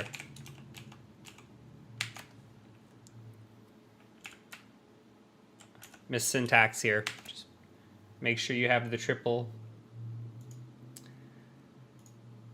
If I type this right, it should return true. Okay. So remember, this condition is true, and this condition is false, but it's not false. So true and not false is true and true. Thus, we return true.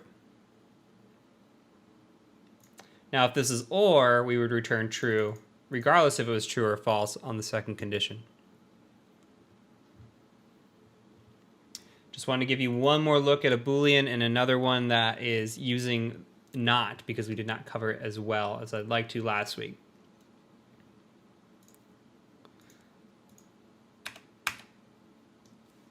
Okay, couple more things. So let's define a variable called too much space. And let's just say however much space you want to put in there. We'll just say hello. Now, if we wanted to get rid of all the space that's here, we'll just say print too much space dot strip. And the delimiter that we are stripping by default is a space, so it should remove everything that we have in here. You see there's no spaces around it now. So you can strip whatever you put into here, but by default, it is going to be a space.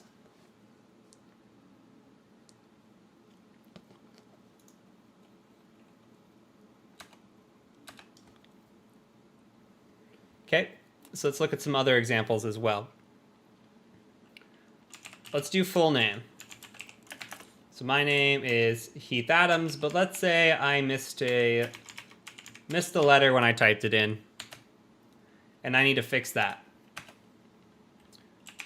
Well, strings themselves are immutable, right? We can't change a string. So I can't just add an H into here. We can make a new string or a new variable, but I can't improve or add upon what I already have. However, we can print out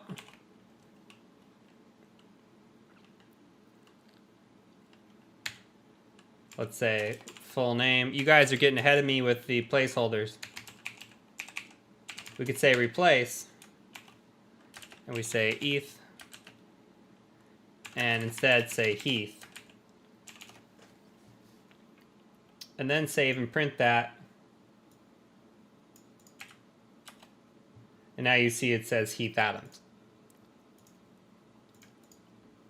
Another useful trick is, let's say we want to find the point in characters or position where a letter occurs or a string occurs. So let's say full name, we can use find. Let's say I want to find where my last name occurs in this string, right?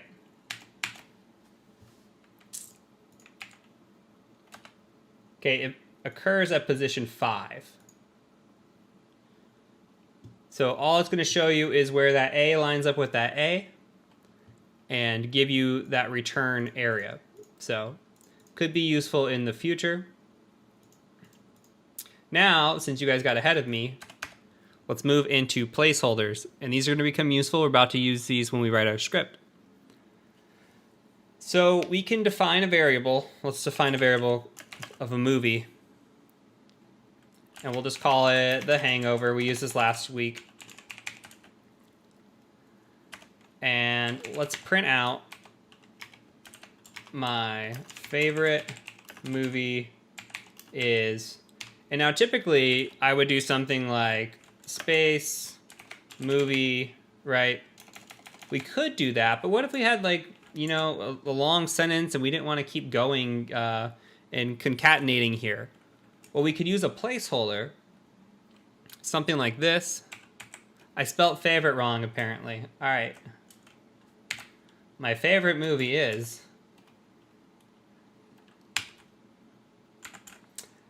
And then we can add a period, format, movie, and it'll fill in that placeholder for us. My favorite movie is The Hangover. Okay, let's try something else. Let's try a couple of parameters at once. Let's actually put it into a function. So let's define our favorite book. Let's get a title and an author, right? We'll define a variable called fav. And we'll say something like this. My favorite book, we're back to the US spelling, is... And remember, we're escaping here, so I'm adding quotations.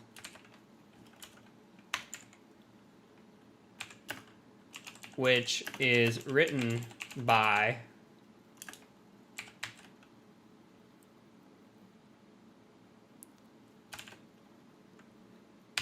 And now we could say format, title, author,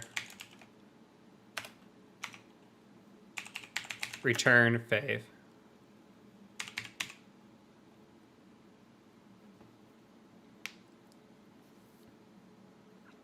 So you can use %s as well. Just different types of placeholders. Sorry if the string is hanging, guys. I am not getting anything on my end that's showing drop frames. So I don't know what's going on. If worst comes to worst, you can watch the VOD. The VOD will be clean. Okay. So let's look at this. So if you see, the function takes title and author. We define a variable and we say my favorite book is, put a placeholder, which is written by, put a placeholder. Let me add a period here, complete the sentence. And then we format, we say title and author. Okay, so now we can print favorite book, if I could type. Let's say it's The Great Gatsby. And favorite author is F. Scott Fitzgerald. Who wrote it? Now when we print it out, it should read a sentence. My favorite book is The Great Gatsby, which is written by F. Scott Fitzgerald. So incredibly useful to have placeholders.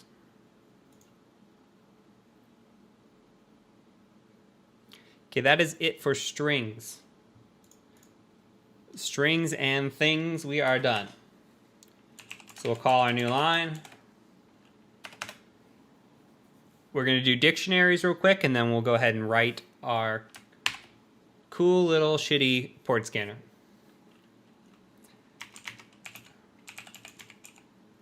Okay, dictionaries. And print.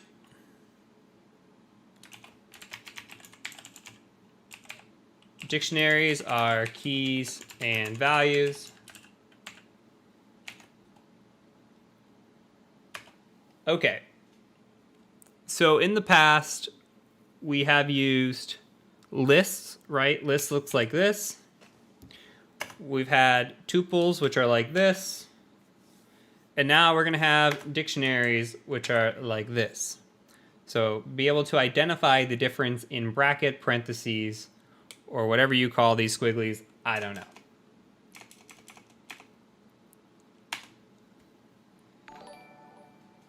Okay.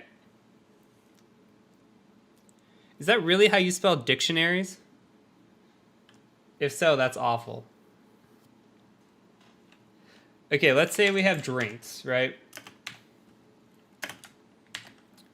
And let's talk adult beverages. Let's say White Russians. And let's say White Russians are $7. Okay, so the White Russian itself is the key, and $7 here is the value. Let's add some more in here. Let's add an old fashioned. Call that $10. Let's add a lemon drop. $8. And of course, everybody's favorite, the buttery nipple. We'll make that $6. We'll say drink is key, price is value.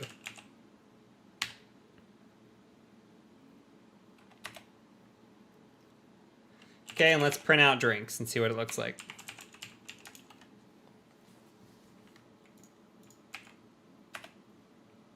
Syntax error, what did I do? Aha. You guys let me do this? Syntax is everything in Python. All right, so you see it says White Russian $7, Old Fashioned $10, Lemon Drop $8, Buttery Nipples $6. Okay, that's fine. Let's leave those alone for now. We'll come back to those in a little bit.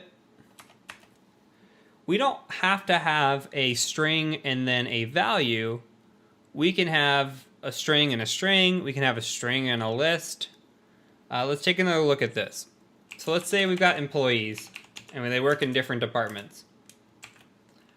Let's say finance has Bob, Linda, Tina. We'll say IT has Jean, Louise, Teddy,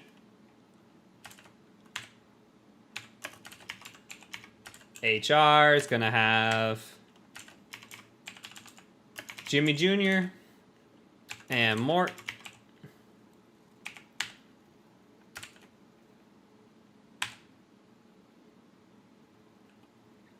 Okay, and we'll close this off. And save it. Let's just print it, make sure we did everything right.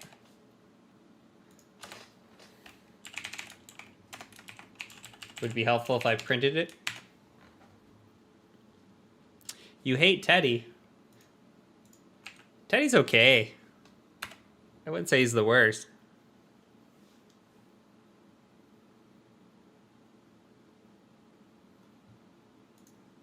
All right, so we've got finance, IT, and HR.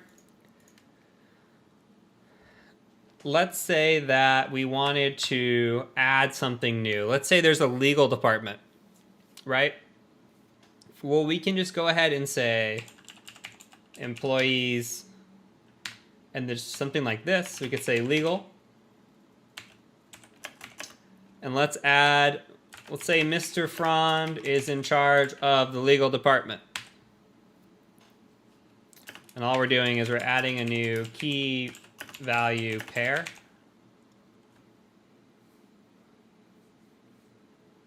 Hey, White Rose, how you doing? Okay, so now if we print employees,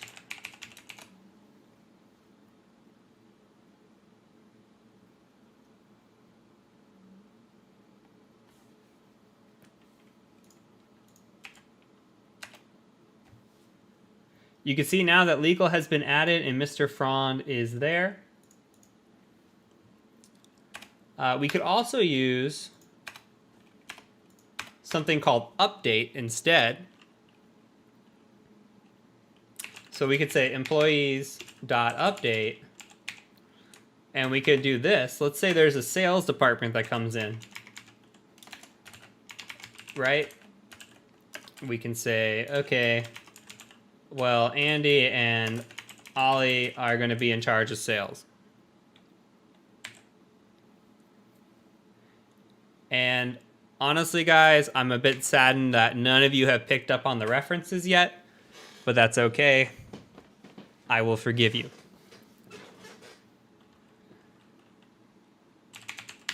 Let's print out the employees again.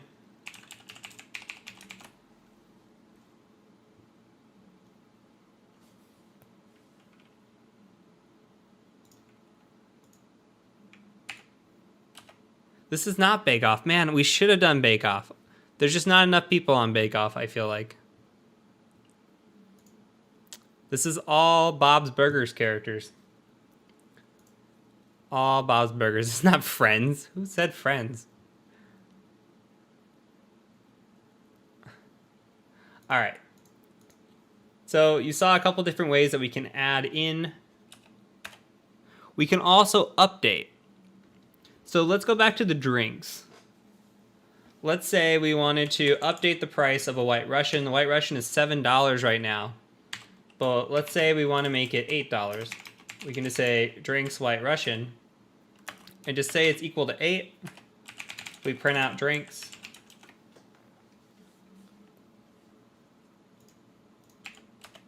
You can see now that a White Russian is still $7. Why is that, guys?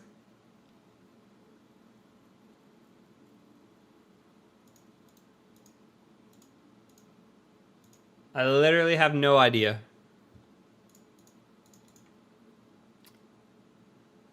Other than this potentially hates me.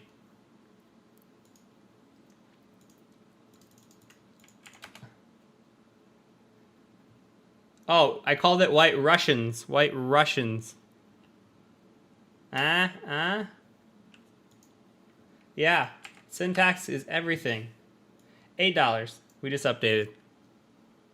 Good job, guys. Extra set of eyes are important. All right, let's say we wanted to know the price of a White Russian, but we didn't know how much it costs. We could say print drinks.get, say White Russians. Don't know why I called it Russians. I'm sticking with it now. You'll see it returns 8. What if we try to get a drink that does not exist?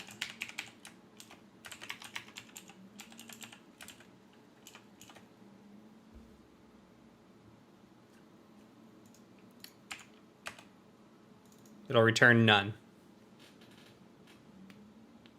So it's good to make a note of that.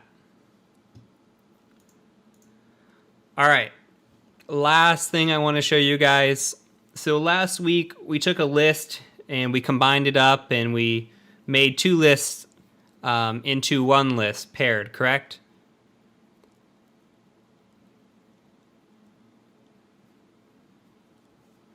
JBL asked a question, couldn't we just do print drinks White Russians?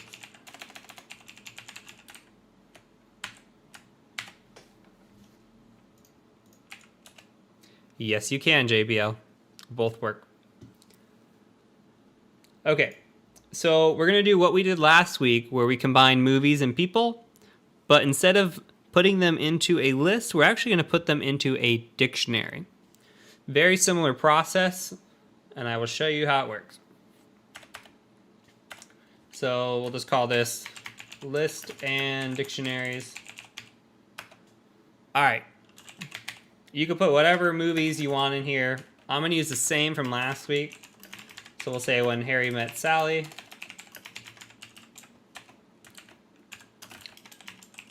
The Hangover. Perks of Being a Wallflower. And The Exorcist.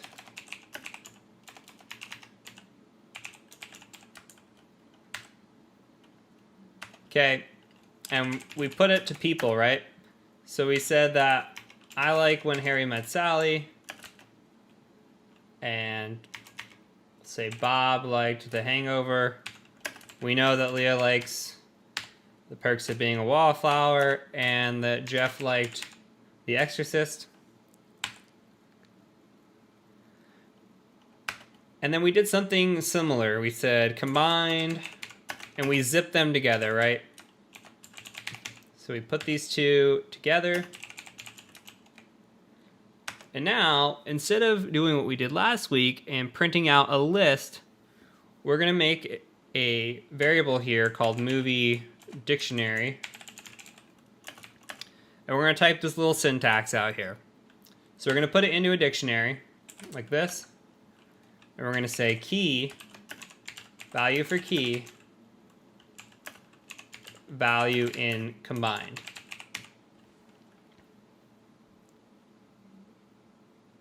Okay. Now let's look what happens when we print this out.